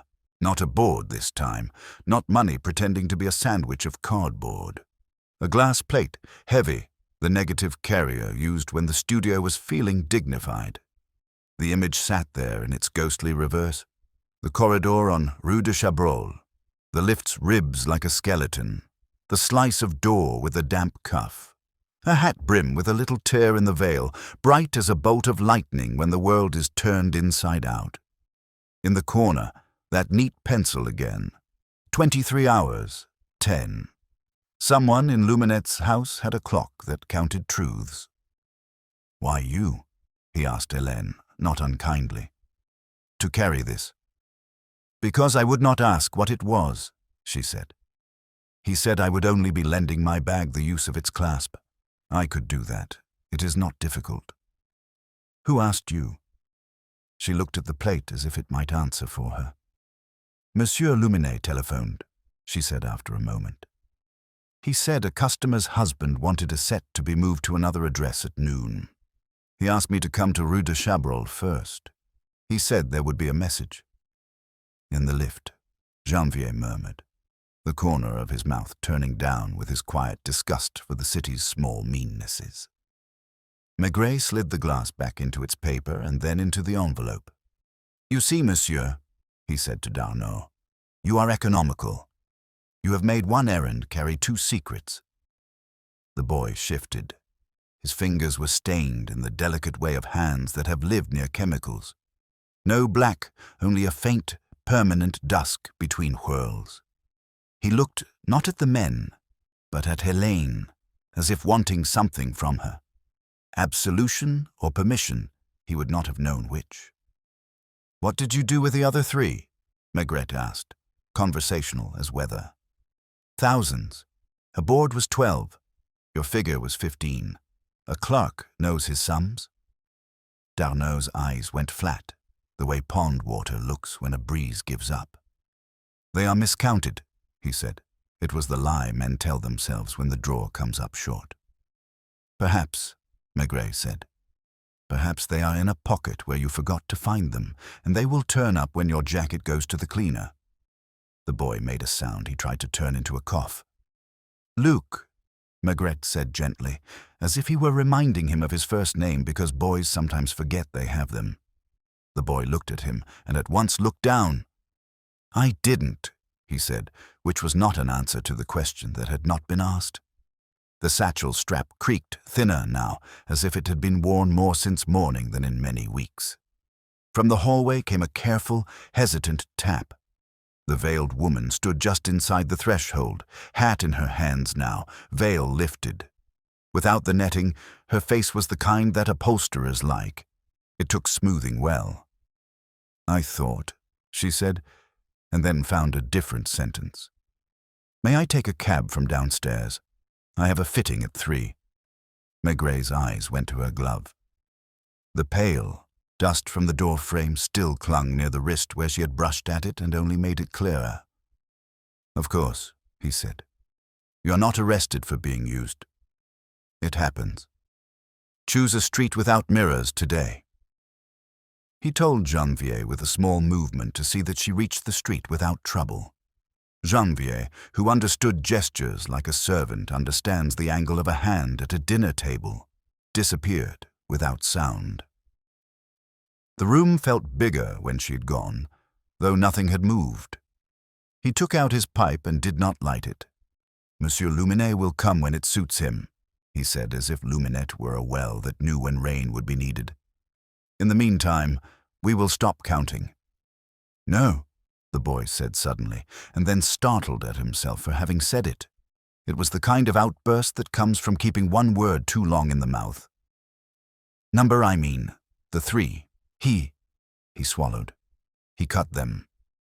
Last night, in the studio, he said a fee was not wrong, that he was keeping a thing which could burn his fingers. He took 3. He said it would be a lesson. He had not looked up to see what this did to the room. Hélène's shoulders did not move. Darnaud closed his eyes, and in doing so, aged 10 years. How? Maigret asked, the single-syllable kind and exact. With the bone knife for mounts, the boy said. He lifted the corner and put another piece there so the edge would lie down. You couldn't see unless you know where to look. You know where to look, Maigret said. The boy nodded and then shook his head and then nodded again, not because he was confused, but because the truth was in the motion. He told me to bring it back for approval. He said if the man approved, we would seal it. He said if the man did not, we would correct the balance, he added, giving the phrase back in Luminet's voice. Luke, Hélène said softly, and it was only his name, but it was the kind of saying that says, you have done enough now. He breathed out. It was not relief. It was air finally allowed to be what it was. There was a knock that was not a knock but an announcement of presence. Luminet stood in the doorway with a wetness about him that the scarf could not arrange into elegance. He had recovered his smile somewhere between the studio and the river, but a corner of it had forgotten its job. I'm at your service, he said, and then, seeing the glass plate sleeve on the table, amended, as far as my trade allows. Your trade allows more than mine, Maigret said. You smooth what light shouts. You persuade people that their faces tell kinder stories than they told in the moment. You sell the idea that a lift is a respectable way to go up. Sit. Luminet did not sit. I have done nothing but accept custody, he said. If a customer leaves a parcel, I leave it. If another asks me to carry a plate at noon, I carry it. I'm a tradesman, not a cashier. You are dearer than a tradesman, Maigret said. He picked up the bone folder from the boy's description out of the air and turned it with a finger that was not touching it, as if remembering its weight. You charged 3 for a lesson, Not francs, thousands. You cannot prove. I don't have to prove that you are the kind of man who counts his own fingers after a handshake, Maigret said, without heat. It will be written in the glue. Your shop's glue has a smell of clove because you keep it near the powders, so customers think the air is pleasant. Bank glue smells of nothing. A chemist will tell me which it is we are breathing. He glanced at the boy, whose ears had reddened with the accuracy of that. Luminette's nostrils flared and then settled. He was a practiced man. He knew when a door was closed, even if it had not yet been locked. You'll say you will find the money, he said, with an attempt at a smaller smile. You will say I'm to bring it in an envelope at 4. You will say you will take it into account. And then, Maigret said, I will go to lunch. You will decide whether you prefer to eat with worry in your stomach or with something that tastes of butter. If you bring it at 4, I will perhaps remember that tradesmen sometimes do foolish things when fools ask them to. If you do not, you will find that the state is a customer who pays slowly and badly when it buys a man. Luminette hesitated, and in the hesitation, you could see him choosing which pocket the 3 would come from. Safe, cash drawer, the envelope under the blotter. It was not conscience. It was arithmetic. He left with a promise to put order to disorder, which meant, I will count, and if counting hurts, I will count faster. The boy looked as if he had been told he could stand up after kneeling. He did not stand. Go home, Maigret said to Hélène. Not by the station everyone uses. Take the one by the church. Sit near the window if you can. I will send for you if I must, but I think not. She rose with that small practical dignity that had kept her from cages. She took the envelope with the plate and the prints because he pushed it toward her and because she understood what it meant to be asked to carry an honest thing. At the door, she hesitated. Will he? She began, and did not say the rest. He will be what men are when they have spent their pride, Maigret said. Quiet, then untidy, then perhaps decent if the rain keeps. When she had gone, he stood and looked at the roof beyond the window. The slate shone. A gutter chose that moment to cough. Janvier returned with a note that was only a time scribbled by the duty sergeant. Lognon's long face passed the frosted pane like weather and did not come in, which was his way of contributing. Maigret lit his pipe at last. The first draw tasted faintly of powder. It lived in the air today, soft and persistent, clinging where a woman's wrist had brushed a door, where a studio blouse had been careless. Madame Maigret's voice came back to him from the telephone. Powder is a nuisance on dark paint. It shows everything, and he smiled at the way a housekeeper can sometimes teach a policeman his job. He leaned over the table and, with a thumbnail, pressed at the corner of the tissue where the board had been wrapped, then at the corner of the glass sleeve. No clove. Bank glue had no scent. He nodded to himself, not because he had been right, but because the world had behaved as it usually did when it was watched without being asked to perform. Lunch? Janvier said carefully. In a moment, Maigret said. He looked at the 2 men, the clerk with his shoulders fallen an inch, the boy with his hands finally still. After lunch we will walk back to Rue de Chabrol. Slowly. There is a stair there I have not quite finished climbing. He did not say which one. Lunch was stew and a heel of bread and a glass that tasted faintly of the dishcloth. He took it at a place that had never pretended to be better than it was, the kind that knows the names of men who work within 6 streets and keeps the same red check-cloths for years. He ate without thinking about eating, and when the waitress asked if he wanted more, he shook his head and watched a seam of steam lift from the pot as if the kitchen was sighing. The rain had changed its mind again. From the window he could see it smoothing down to a fine, even fall that polished the pavement until the buildings made their own light. He walked back the long way, through streets where the gutters murmured and where the baker's awning bowed under droplets. On the Ile, the prefecture smelled of damp paper and wool. Janvier was waiting with his cap under his arm, and there was a slip of paper that said only 4 o'clock in the clipped hand of a clerk who did not intend to be misread. "Before that," Maigret said, taking his hat from the peg, "we'll be back at Rue de Chabrol." Madame Morel's scissors were busy again when they pushed in, and she looked up as if the day had been waiting to be resumed. The board under tissue was still on the desk, a respectable square of nothing in particular. She had placed 2 paperweights on it, a bronze dog and a small saint who had lost his nose. "You had company?" Maigret asked, glancing at the door as if a visitor might still be caught in the draught. "A man with a briefcase," she said, enjoying the fact. "Bank." He did not introduce himself because he assumed I knew. "They do that."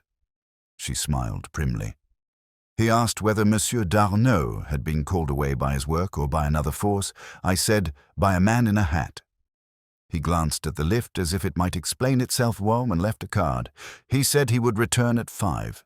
He had a flower in his buttonhole that had lost heart. "And the lift," Maigret said. "It has yawned twice," she said. "It is like a sleepy child. You may scold, but it will only pretend to wake." She looked toward the stairs. "Sisters on 4 have been to the bakery and back. They went in 2s, like geese." He nodded and started up.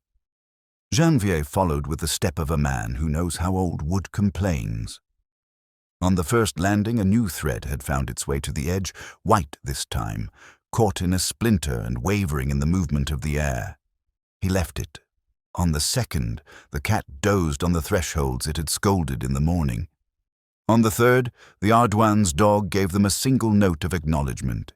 He accepted it as if it were a ticket punched. The sisters opened at his knock without knocking from within. Their apartment had the coolness of rooms where ironing is done and where conversation is kept to a pious murmur. The first sister, who had decided early in life to be responsible for all explanations, stood in the doorway with her hands folded in a way that did not invite touch. "In the night," she said at once, before he had framed his politeness, "someone swore softly. It was a man who had not learned to swear in a stable. It was at 5. The lift went up to 6 and stayed as if it had thought better of its life. We prayed," she added, as a factual postscript. "And at 11, he said. "The lift knows its own mind at 11, the second sister put in gently. "It brought up a woman whose perfume stayed long after she had become regretful. She paused at 5 and touched the door as if to bless it, and then went on. "Thank you," he said. They watched him go with a satisfaction that came from having added a bead to a rosary of correctness. On the 5th, the corridor smelled more strongly of the chemicals, as it always did in damp. Keller's door wore its brass with the resigned air of furnishings that must wait on absences. He tried the handle, found what he expected, and turned back to the stair. Madame Morel came up behind them without breathing hard. Concierge knew their buildings the way widows know their kitchens. "I have the little key," she said, half guilty and half proud, as if confessing an extra spoon kept for special guests. "For maître men, for when pipes sulk, Monsieur Keller leaves it with me when he goes." She produced it from her apron. It was as modest as a coin. The lock accepted it without fuss. The front flat had the smell of places that are not homes at present, but have been and will be again. Sheets covered the chairs like shrouds. The rugs had been rolled to blunt colors. The mantel clock had been stopped with a sliver of paper in the gear to keep it from arguing with silence.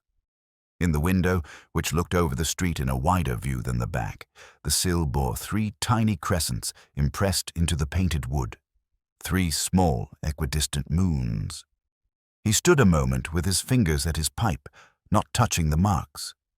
They were of a sort he had seen in studios, where the feet of a thing with 3 legs had stood a while and not been gentle. On the sill's paint there was also a faint dusting where a sleeve had leaned, and when he lifted his pipe stem and laid it down the length of it, the dust made a thin, hesitant line. He raised it. The line remained. It was the same pale dust that had made ovals on the lift door. Outside, the light shifted a shade. The rain made beads on the glass like a crown briefly worn and forgotten. He crossed to the door, and on the inner edge, where a woman's glove might brush if she slid in sideways, there was the smallest bloom of powder again, crescent-shaped, the height of a wrist. He stood where the photographer would have stood and saw in his mind the lift cage rise within the rectangle of the hall, a ribbed thing that made its own frame. He could almost feel the presence of a man who liked to obey light and to rule it, who had the patience to wait for a hat brim to cross a mirror of glass so that a pencil later could say 23 hours 10 and make an hour behave. Back in the corridor, he opened the lift cage with the ease of a man who had watched others mishandle its little moods all his life. Inside, at the height of a shoulder, on the inner door's brass, there was a smear as if something soft had pressed and then reconsidered. He touched the edge with a knuckle and came away with nothing that showed. He did not need it to show. "Someone has been taking photographs from here," Janvier said behind him in the tone of a man who prefers the concrete now and then. "From Keller's." "Someone who likes a high place that does not complain," Maigret said. He closed the cage, and the corridor grew its old quiet again. And at 1 in the morning, someone went down and said a soft word that did not belong to the sisters. He was not praying. They went down, and on the third, the dog considered, then decided this was not a situation that required comment. In the lobby, Morel had replaced the bronze dog with an inkstand on the tissue, a symbol of the state if she had known it, which she didn't. She looked at him with the soft expectancy of people who have a story to be given its proper ending. "A man with a flower in his buttonhole," she said as if to herself, "does not marry on Tuesday morning. He apologizes to someone in advance." "Perhaps," Maigret said. "Or perhaps he hopes powder will do what good behavior did not." He left her with the board and the saint and walked to the bank, because it was 2 streets away and because sometimes it is useful to see the place where numbers sit on their stools. The branch had polished wood the color of boiled sweets and glass, set in brass that had been touched by so many requests that it had its own warmth. The manager came as managers do, with a tie that knew it would not be loosened before evening and a politeness that had sand under it. "We are conducting an internal review," he said, which meant, "I wish you had not come before I called. Monsieur Darnaud is a valued—" He considered and did not commit to an ending. "We have noticed irregularities in the last month. A midday count is routine." "Before lunch," Maigret said, watching the man's eyes go to the clock by reflex and then refuse to be caught having done so. "Before," the manager admitted. "Today was the day. One does not wish to alarm staff." He hesitated and then added, "There was a loan refused 3 weeks ago. Sometimes refusals have a shadow." 3 weeks, Maigret repeated, tasting it. A man begins to smell of cologne one morning when he has only ever smelled of soap. He buys a jacket and discovers its cuffs are a different kind of friend. He tells himself there will be a promotion and that promotions are more likely if his handwriting looks contented. He put his hat back on his head. The shadow is his, not yours. On the Ile, when they returned, the 4 o'clock had arranged itself. Luminet came in with a cardboard envelope that would have been too showy if it had not been too late. He placed it on the table as if he were paying a bill in a cafe where he had been overheard promising to pay. 3, he said, "in the currency you prefer." "The kind that counts?"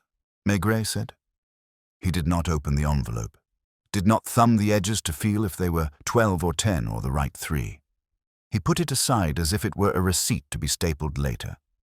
Luminet took his scarf off as though it had become a coil. Without it, he looked like the man he would be when his shop had fewer customers than he liked. "You will make your statement," Maigret said. "You will say fee because you think a word makes a thing right. You will go home and count your plates, and the powder will sit on the sleeve of your blouse, and you will remember that there are houses where glue smells like cloves." Luminet inclined his head. He was that kind of man. He knew when phrases would have been wasted like confetti in rain. He signed where he was told and left with a step that tried to be brisk and was only fast. D'Arnaud had been given coffee. He had not drunk it. When he saw the envelope set down without drama, his eyes did something very small, as if a muscle behind them had let go. He looked at his hands. The boy looked at the same hands because he had learned to read men by what they did when they had nothing left to grasp. "You will sleep," Maigret said to the boy. "You will wake and smell of your studio and decide whether you like that smell. If you do, keep it. If you do not, change it now, while it can still be done without spectacles and paper." The boy nodded and did not know what he had agreed to until later. "Back to Rue de Chabrol," Maigret said when the clock that had been a problem all day said, with dignity, 4:15. He took his coat, not because he needed it, but because the coat made the day sit more properly on him. Janvier came without being told. They walked as they had walked in the morning, noticing the difference in rain, a neighbor who had decided to be friendlier. In the lobby, the board sat under its saint and dog, like a child waiting to be told which parent it would go with. Madame Morel had put out her best pen and had arranged the blotter with a sense of occasion. "Your bank man came back," she said.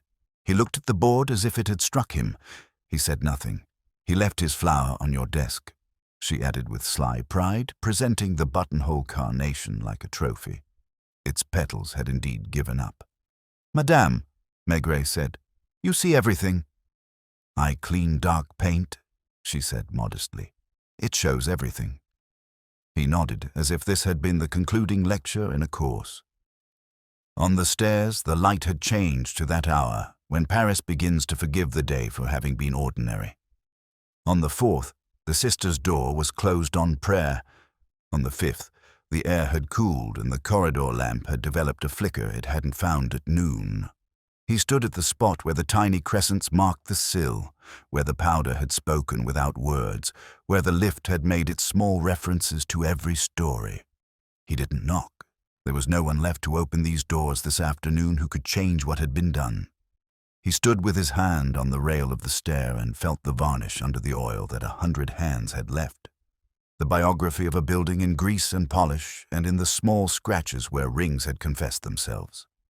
"Tomorrow," he said to no one, "the board goes back to the place where numbers have columns. The prints will go where they are told to go and be kept in a drawer that smells of cardboard. A man will wake without cologne and with a sort of honesty that is not a virtue but a resignation. A tradesman will decide whether he prefers to sell photographs or stories, and a woman will take a train with an envelope that contains nothing that can be pawned and everything that is clean." Janvier said, "And tonight?" "Tonight," Maigret said, putting his pipe back into his pocket, "Madame will persuade the stew that the day has been kinder than it remembers, and we will let the lift sleep." He turned to go down, and it was only then, on the 3rd, that the Ardouin's dog, with the genius of creatures who read weather and men, came out to watch them pass and, without barking, followed them with his eyes all the way to the turn. The evening had the temper of a tired waiter, obliging, but only because it must. He reached home with the damp in his coat and set his hat on the peg where it had its habits. The hall smelled faintly of floor soap and the pleasant paprika of something that had decided to be generous under a lid. Madame Maigret glanced up from the table where she was arranging cutlery with that mechanical grace which tells a man the day has been neither good nor bad enough to change the hour of dinner. "You'll drip on the mat," she said mildly. "I will drip on the mat," he agreed, and stood a moment to oblige it. "The stew?" "It forgave us," she said, and her mouth tugged at one corner because it pleased her to have won an argument with a piece of meat. "A boy came with buttons. I sewed them, powder on my cuff again. It shows on dark wool the way gossip shows in small streets." He smiled at that, put a hand briefly on her shoulder, and went to wash. The water ran grey from his hands, and then clear. He watched it as if it might change its mind and tell him a story after all. At table, he ate as men eat when they have been walking, slowly at first, then with a steadiness that is not hunger but the settling of something inside. He told her in 4 sentences, none longer than a spoonful, that there had been a clerk and a photographer and a woman who was not made to fit in cages. She did not ask for names. She said only, "You will take coffee," and put the cup by his hand exactly where it always sat. After, he lit his pipe in the window where the glass had a tiny waviness like old panes in provinces. The rain had worn itself thin. It now drew a pencil over the city instead of a brush. Somewhere a cat complained without conviction. He stood with the pipe between his teeth unlit for a minute longer than necessary, then put on his coat again without fuss. "You will go back," she said. "I will go back," he said, with a small shrug of men who know what their feet have already decided, "to say good night to a lift."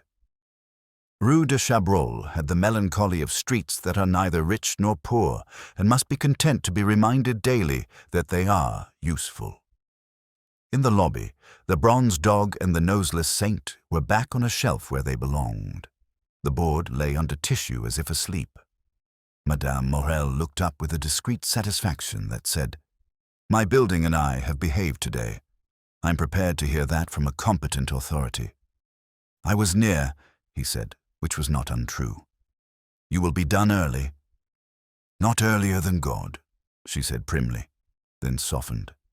"Sometimes I sleep in the chair and the lift wakes me, and I scold it and go to bed."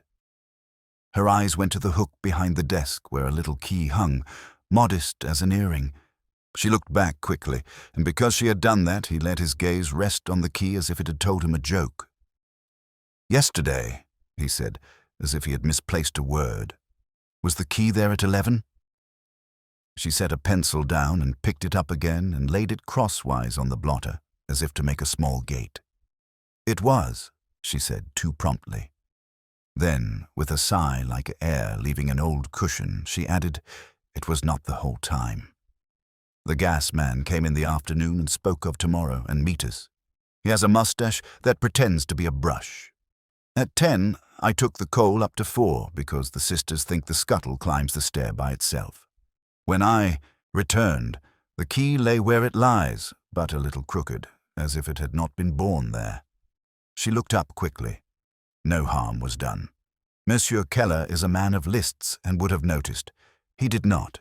He is in Lyon," she added, as if that absolved Paris. "A boy in a cap might have asked for it," he said, and left the words there without a hook in them. "Boys in caps ask for many things," she said, neither confessing nor denying. "Sometimes they receive them because they are fast and polite. Sometimes they receive a scolding instead, which does not improve them." He nodded. They were even. If he wrote it down, he would call it access arranged by misapprehension. He would not write it down. The key hung on its hook like a lesson turned back to the blackboard after being copied. On the stair, the light had settled into evening's economy. He climbed without hurry. On the second, the cat had committed itself to a posture that could be either sleep or prayer. On the third, the dog, having concluded that this man belonged to the house's routine, didn't bother to open an eye. On the fourth, a dull murmur came through wood. The sisters sang something old and patient that made the stair a little kinder. On the fifth, silence. He stood by Keller's door and listened to the kind of emptiness that knows it has been borrowed and has forgiven it. In the corridor, the air still carried a faint note of developer and the cleaner lemon that studios like to throw over truth. He opened the cage door of the lift and closed it again without stepping in, and in that brief movement he saw his own reflection flattened a little by the ribbed glass. Above, the indicator's needle lay at ground, indolent, unconcerned with any vice of men. He went down again and out into the street and stood under the awning of the cafe across. The window wore the day's breath on its inner face. On the other side, 2 men argued quietly with their hands about horses neither of them owned. He did not go in. He watched the door until a figure came with a small suitcase, the kind that has known both the worn fingerings of poverty and the careful savings of decency. Hélène Vasseur saw him and did not start. She arranged her grip on the handle as if it had bruised her earlier, and she had decided not to let it again. "I thought you would take the 8, he said. "I will take the 8, she said, and because there was a little time yet, she did not say anything else. "Have you eaten?" he asked, remembering the coffee she had not drunk. "A broth," she said. "At the station. It had the taste of being cheap on purpose." He made a sound that might have been sympathy and might have been amusement. He did not offer the café. She would have refused, not out of pride, but because it would have been untidy to begin something in one place when she meant to be soon in another. They stood, absurdly like a couple who had just discovered they had nothing in common beyond the pavement they shared. A bus groaned, a bicycle cleaved a path in silence, a woman in a coat with too many buttons passed, holding a small child's wrist with the solemnity of a contract. "If they write a letter to Amiens," she said after a while, "will it say my name?" "It will ask whether you live where you said," he said. "It will receive an answer. It will not ask why you came to Paris with a bag that had room for an envelope it did not open." He paused. "We prefer doors that open when we knock, not those that open when someone pushes from within. You opened none." "I do not like lifts," she said, as if it were a credentials. "I'm good with stairs." He inclined his head. They watched the building in companionable suspicion. From time to time, someone went in or out, a woman with a shopping bag that had regretted a purchase, a man with ink on his fingers who took the step off the curb with the slight arrogance of printers, a girl with a headscarf whose color the rain had not stolen. None of them looked at the concierge's window, and because they did not, it pleased him to know that Madame Morel looked at all of them. When Hélène at last lifted the suitcase, he did not touch it. She nodded once, a seam neatly tied off, and went. He watched her until she turned the corner. She did not look back. There are women who do not once they have chosen the street. He approved of that and was a little sad because of it. He entered the café then and took the corner by the streaked mirror where a man may see the door without watching it. The beer was the same as always. He drew a wet line down the side of the glass with his thumb and licked it, the way he had done since years when he had been a different shape. The waiter dried a spoon with more care than the spoon wanted. Outside, the lift across the street was invisible, which is the way with lifts. They have importance only to those who need them. He thought, not for the first time, that machines have souls when they are made to bear decisions they were not built for. He looked at his hands. On the left thumb, near the nail, a faint pale smudge that had survived washing and stew and pocket. Powder. It showed on dark wool, and it showed on policemen. He rubbed it with his forefinger until it went away, not because he minded dirt, but because he liked the idea that certain marks may be removed and others must simply be waited out. He paid, left more than the bill required, and walked back to the river with that mild contentment that comes with finishing a day by not finishing it too completely. At the prefecture, the corridor smelled less of damp now that evening had persuaded the day to have been warmer than it was. Janvier had gone to his own dinner. Lognon had left a note that was simply a date and a remark about a butcher in Montmartre who had unpaid thoughts. On his desk, the envelope from Luminet lay like a penitent's hat.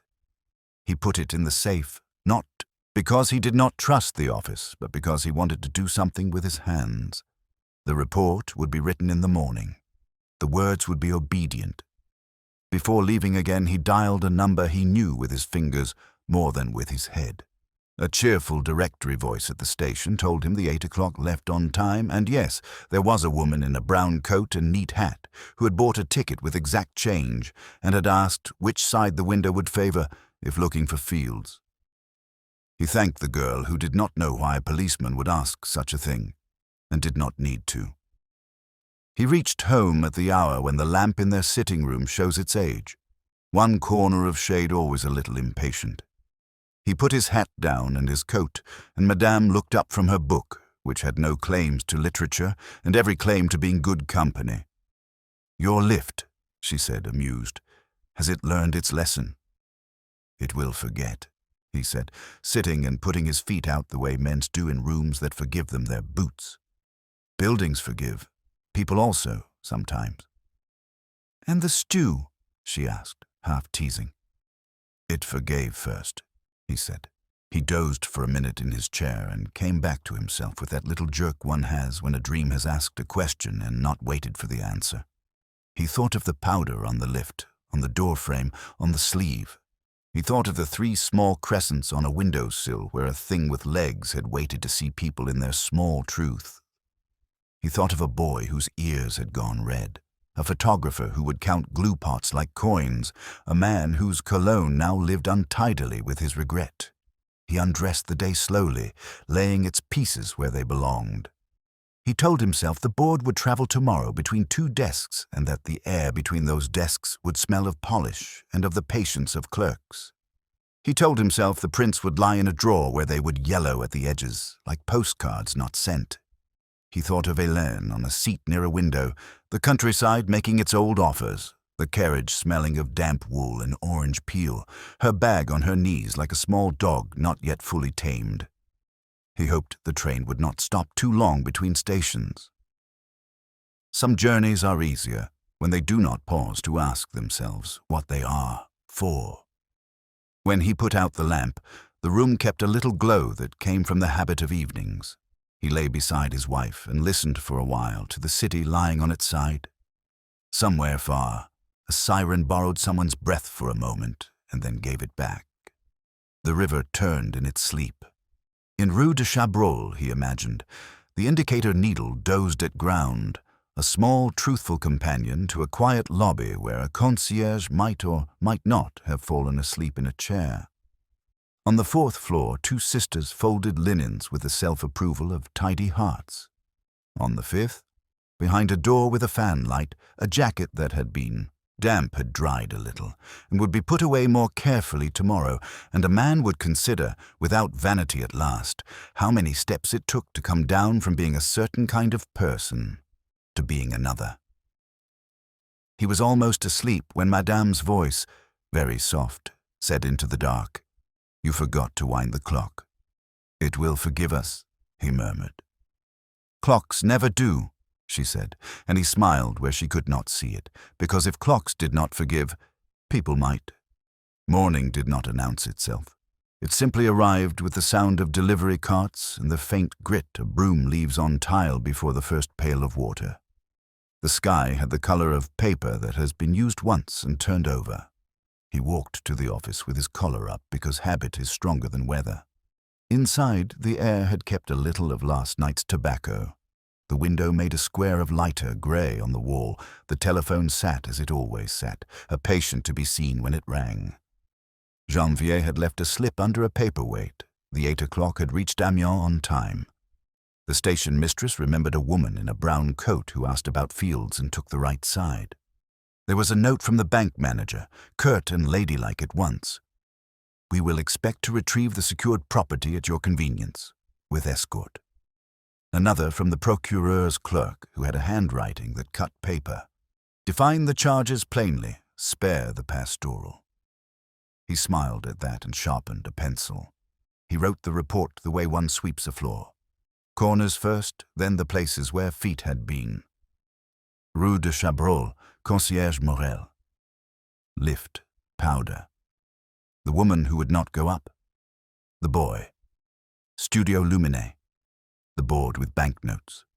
The glass plate, the time in pencil.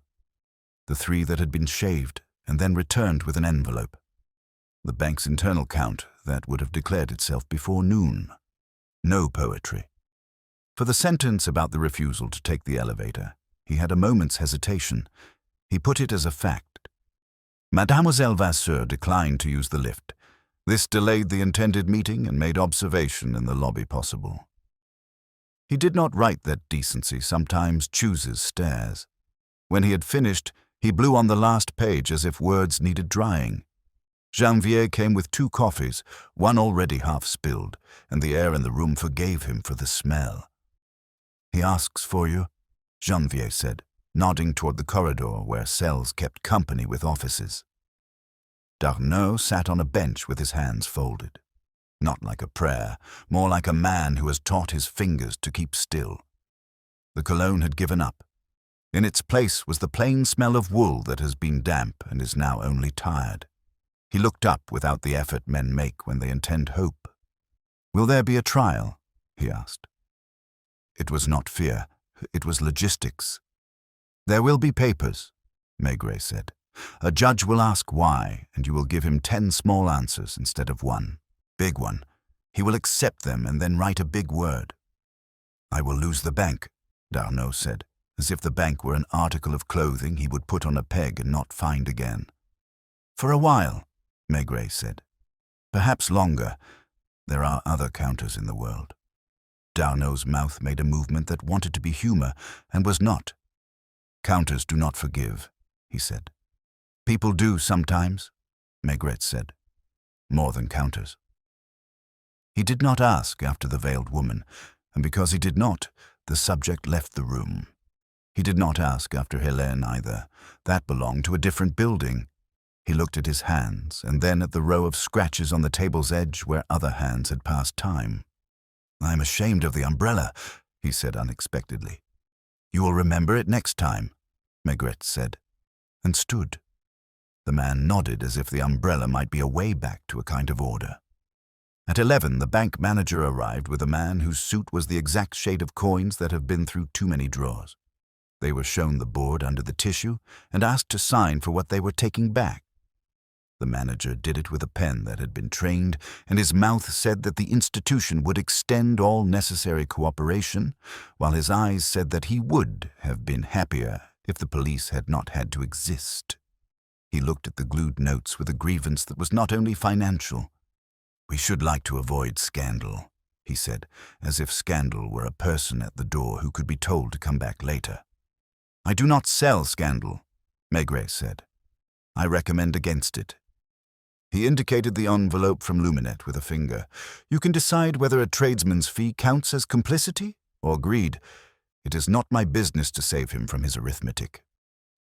The man in the coin-colored suit coughed in the way clerks cough when they would like to be forgotten. They left carrying the board as one carries something that confers authority, a ledge under an arm.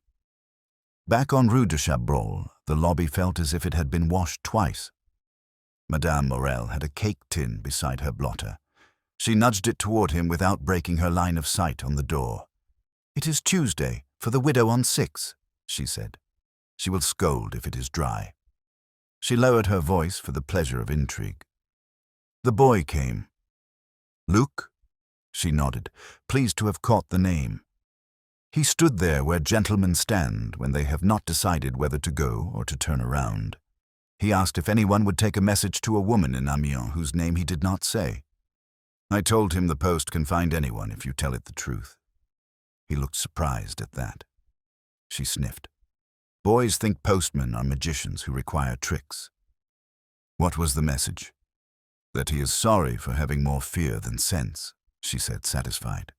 "I told him that is what fear is for." He went up.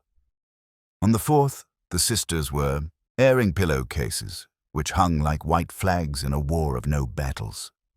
"It smells of lemons," the first observed, accusing no one and everyone. "It is not proper in a stair." The second said, "We prefer soap," and then relented, "But lemons are not sinful." On the 5th, Keller's key was back under the edge of Morel's blotter. She had shown him primly, as one shows a guest the place where the good napkins are kept. He stood in the empty front flat again and looked out. The rain had retreated to gutters. A line of damp clothes strung between 2 windows made a flag more honest than any banner. The 3 small crescents on the sill were less distinct in the day. His finger found them by memory, more than sight. He imagined the tripod's feet planted there, the neat hand on the focus ring, the breath held because the camera had asked it to be. He crossed the hall to the back where the air still carried the memory of a man who had come home damp and had left again without any reason good enough to write down. He did not knock. There was no one in the habit of answering. On the lift's inner door, a new oval had formed since yesterday, paler than the others because Morel had wiped at it with enthusiasm and not quite removed it. He smiled. On dark paint, everything shows. At the studio on Rue d'Hauteville, the woman with the too tight blouse had chosen a looser one, a small concession to the day. The mirror had been cleaned with newspaper and left the smell of ink. Luminate was in his shirt sleeves, counting. He stopped because a policeman had walked in. He resumed because counting was a medication he could not now do without. "There will be a line in your file," Maigret said. "It will be smaller if you do not try to make it shorter by words." "I have said what there is," Luminate answered. He waited with the timid defiance of tradesmen. There are clients more important than policemen, and yet. "The boy wishes to leave," he added unwillingly. "He came for his week's pay and did not look at the chemicals or at the camera that stares at the window as if windows were a disease. He said he may look for work where glue does not have a smell. I told him it always has a smell." "It does," Maigret said. "Not always of cloves." He left before the man could say something about art that would have made both of them uncomfortable. In the street, a handcart went by full of picture frames. Their corners bit the air like unkind mouths. He walked back to the river with the particular lightness that comes from having put names to the necessary things and leaving the unnecessary ones to themselves. In the afternoon, a man from the service company came to look at the lift. Madame Morel introduced him to Maigret as if he were a cousin. He had the calm air of workmen who do not permit machines to insult them. He opened the gate, ran the cage up and down twice, listened, and then said that people must not lean where the daughter wants to be. "It takes the weight and then learns to sulk," he said. "They think lifts are horses." He oiled a place that squeaked as if it had done so for years, and no one had been kind enough to say so. "Thursday," he said, "I will change the belt." The motor likes to tell jokes in rain. "Will it forget?" Maigret asked, half amused without letting it show. "It will behave," the man said, "which is different." When he left, the lobby felt balanced again. Hélène's absence sat there like a chair that had been put back. The light through the glass door made a rectangle on the floor. In it a few grains of powder, no longer fresh, the kind that accumulates when many small gestures add up, glittered faintly and then did not. He had a beer across the street because it was a day for beer. The waiter had the sense to leave the newspaper and not ask questions. He read the back page first, then folded it to cover the front, and stared at the glass until the temperature of it had equalized with his hand. The indicator on the opposite wall did what indicators do. It told the truth without commentary. It sat on ground, then climbed, then paused, then came down, patient as a metronome. A woman entered carrying a string bag with 2 lemons making yellow knots at the bottom and took the lift without thinking.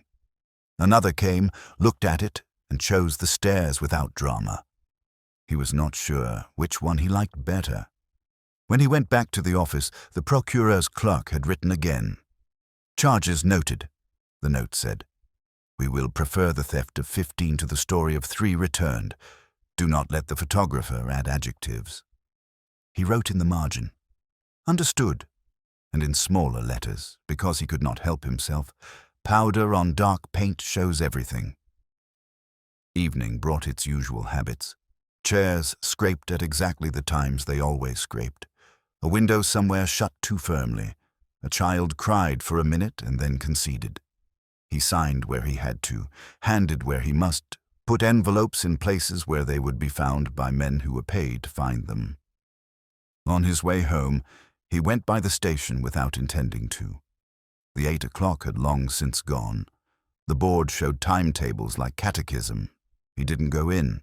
He stood outside and smelled the faint iron sweetness that always hangs around places where departures are promised on the half hour. A woman with a tin pail asked a porter about a parcel. The porter gave directions with 2 fingers. The pail made a flat sound on the paving, an old sound that was not unhappy. At home, Madame had fish laid out as if showing him the day had not been only stew and statements. "Your clerk telephoned," she said, as if Janvier were a cousin who doesn't know when dinner is. "He said the sisters on 4 sent a loaf." They said you looked tired on the stair, and it is not fair for a man to look tired in front of a lift. He will thank them. He said, meaning Janvier. He washed, ate, and then sat with his pipe, which he did not light for a while because he liked the feel of it as an object. The clock ticked toward the hour he sometimes remembers to wind. He thought of the woman in the brown coat with the bag on her knees and the window showing fields.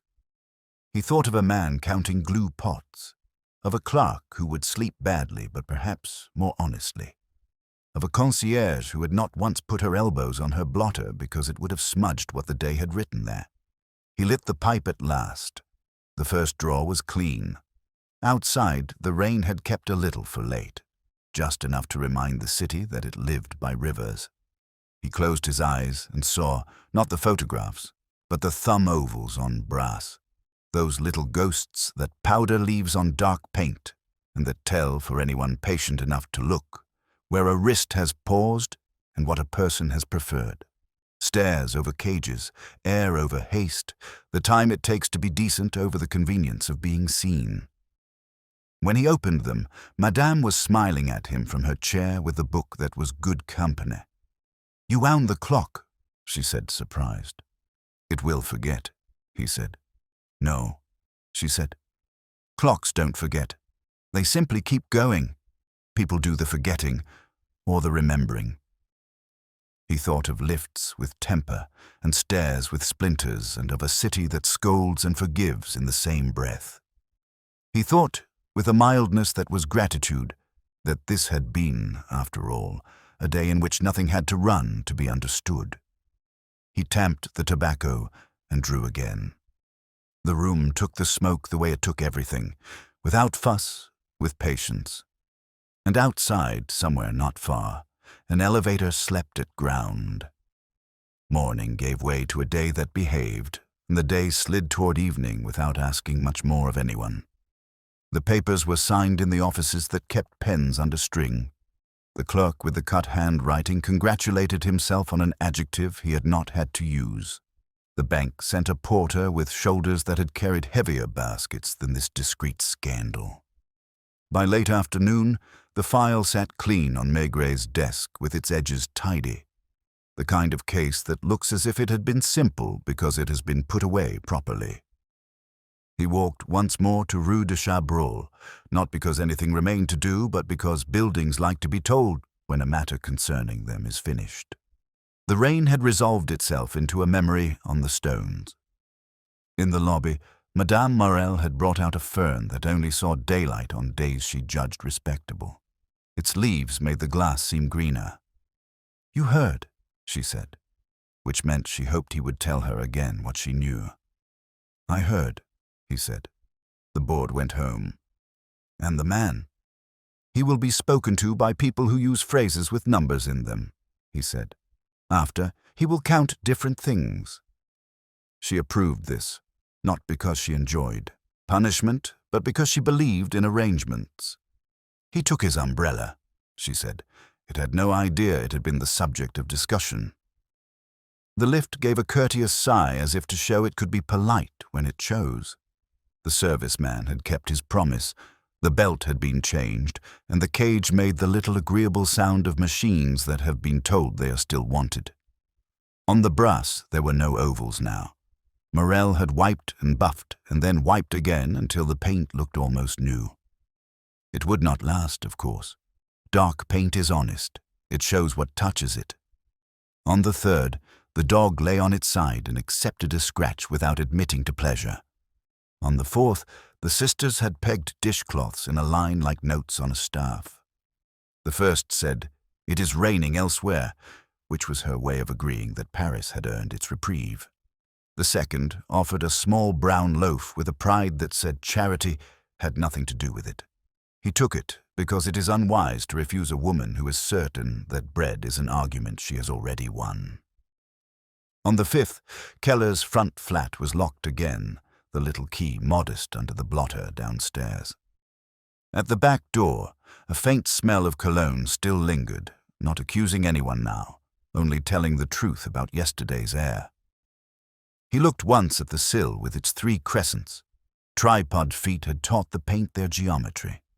Luminet's neat hand had taught time to sit in pencil in a corner of glass. Those marks would soften and heal the way houses heal. Windows forgive more quickly than people. He crossed to the cafe because that is what one does when a thing has been concluded without needing applause. The waiter put down a beer and a newspaper without either of them pretending to be a surprise. From his chair he could see the concierge's window and, doubled in the cafe's streaked mirror, the lift indicator across the street, which had resumed its small vocation of telling strangers where they were in the vertical order of things. A girl went up with a string bag. A man came down slowly with a parcel held in two hands, the way men hold cakes that are not for them. Someone took the stairs not because of fear or principle, but because he was carrying a ladder and the lift would sulk if asked for such work. He thought of the 4 or 5 people the story had left in his pocket. Luminet would count differently for a while, not pages in the ledger, but glue pots, envelopes, the boy's absence like a nail pulled from a familiar wall. He would find the clove perfume of his shop more obvious now that someone had said its name. Perhaps he would begin to tell clients no as well as yes, and discover that saying no can be a kind of trade. The boy would go to work somewhere where chemicals had different names. Printers needed hands that did not tremble. Framers needed eyes that could make corners meet. He would learn that fear has its uses, mainly to stop a man walking into the same wall twice. And that sorry is a word one sends carefully, as he had tried to do, addressed not just to a place but to a person who has earned a decent letter. The veiled woman would put her veil away for a while and discover that her mirror was kinder when no one else was trying to use it. She would remember, perhaps, that respectable is a coat that fits better when it is not borrowed from a man who cannot pay for it. And Hélène Vasseur. He pictured her in a seat near the window, the countryside doing what it always does. Stone, then field, then a small bridge that had a story, then water, then field again. Her hat would sit straight. The envelope in her bag would have been replaced by a handkerchief folded in 4 and the ticket stub someone had stamped with more care than it deserved. If anyone asked her about lifts, she would say, as if she were talking about the weather, that she preferred stairs. If anyone pressed, she would look at them with that evenness she kept for small moral matters and say that sometimes a person is asked to go up where she has no business to be seen. She would still mend gloves on evenings when the light was good. He finished his beer and left more than he owed.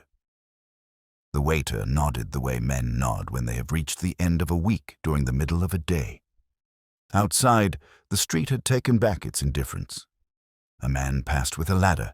The indicator hesitated at 3 and then made up its mind. At the Quai des Orfèvres, the file accepted its place between other files that had believed themselves unique for a day and now understood they were only pages added to the city's habit. Janvier came to the door and leaned his shoulder on the jamb the way men do when they are half in and half elsewhere. "The bank telephoned," he said. "They have begun to count differently." "They should make a sign for the door," Maigret said, pulling his pipe toward him. "We count differently now." Janvier gave his thin smile. "The studio sent the boy's address in case we need to find him again. Rue du Faubourg Saint-Denis, over a shoemaker." "We will not," Maigret said. "If we do, it will be because of shoes, not pictures." He sat a little while, the way he liked to sit when a case had ended without a fight. The chair comfortable, the window square of light behaving itself. The telephone did not ring. Somewhere a clerk laughed and then stopped, the way laughter stops in places where paperwork thinks too highly of itself. He took up the envelope from the bank that had contained the 3 and put it in the safe with the absent-mindedness of a man who trusts certain drawers more than others. On his way home, he went by the station again because habits are not all vices. On the board, the Amiens train had an evening time, later than yesterday's. He did not ask whether anyone had taken it. He liked not to know certain things. The platform smelled of iron. And oranges again. A porter with a moustache that pretended to be a brush, perhaps the cousin of Morel's gas man, pushed a cart with 3 parcels and an air of betrayal, as if the wheels had chosen a worse path than he had suggested. At home, Madame had put out plates and a bowl of radishes that looked more cheerful than they tasted. "They sent a loaf," she said, "from a 4th floor where women pray and notice. You have admirers." "They admire the stair," he said, taking off his coat. "I only use it." They ate with the comfortable silence of 2 people who have kept each other's weather for a long time. Later, with the window open to let the evening in, he lit his pipe and did not speak until the tobacco was doing what it should. "There was a woman," he said at last, "who would not take a lift." Madame smiled because she had known since yesterday that this was what the story was really about. "We should all refuse sometimes," she said. "It keeps the machines humble." He told her, with a sentence for the envelope of banknotes, one for the glass plate, one for the boy, and one for the man who had wished to be called respectable, what the day had been. She listened in the way she always listened, which was not curiosity exactly, but stewardship. Someone must keep the shape of these things when the man who walks in them forgets their outlines. "What remains?" she asked when he had finished. He looked toward the dark pane where the room's lamp made a house of itself. "Powder on dark paint," he said. "A few ovals you can't quite see anymore, a changed belt, a concierge who will sleep with one ear open, a clerk who will remember to bring his umbrella and who will perhaps discover that the stair is a better way to come down. A photograph that shows nothing sensational, only people being themselves in a corridor made to look like an idea." "And you," she said. "I will wait for the next telephone that rings because someone has mistaken a machine for a promise," he said, "and I will tell it, if it will listen, that the stair is always there." He got up to wind the clock, and when the spring caught and took the key, the little toothy sound was good to hear. Outside, the city settled its weight. A solitary car went by as modestly as a bicycle. In Rue de Chabrol, the lift slept at ground, and a woman in Amiens, if she was the kind to look, might have leaned out to see whether fields at night are different from fields by day. They are not.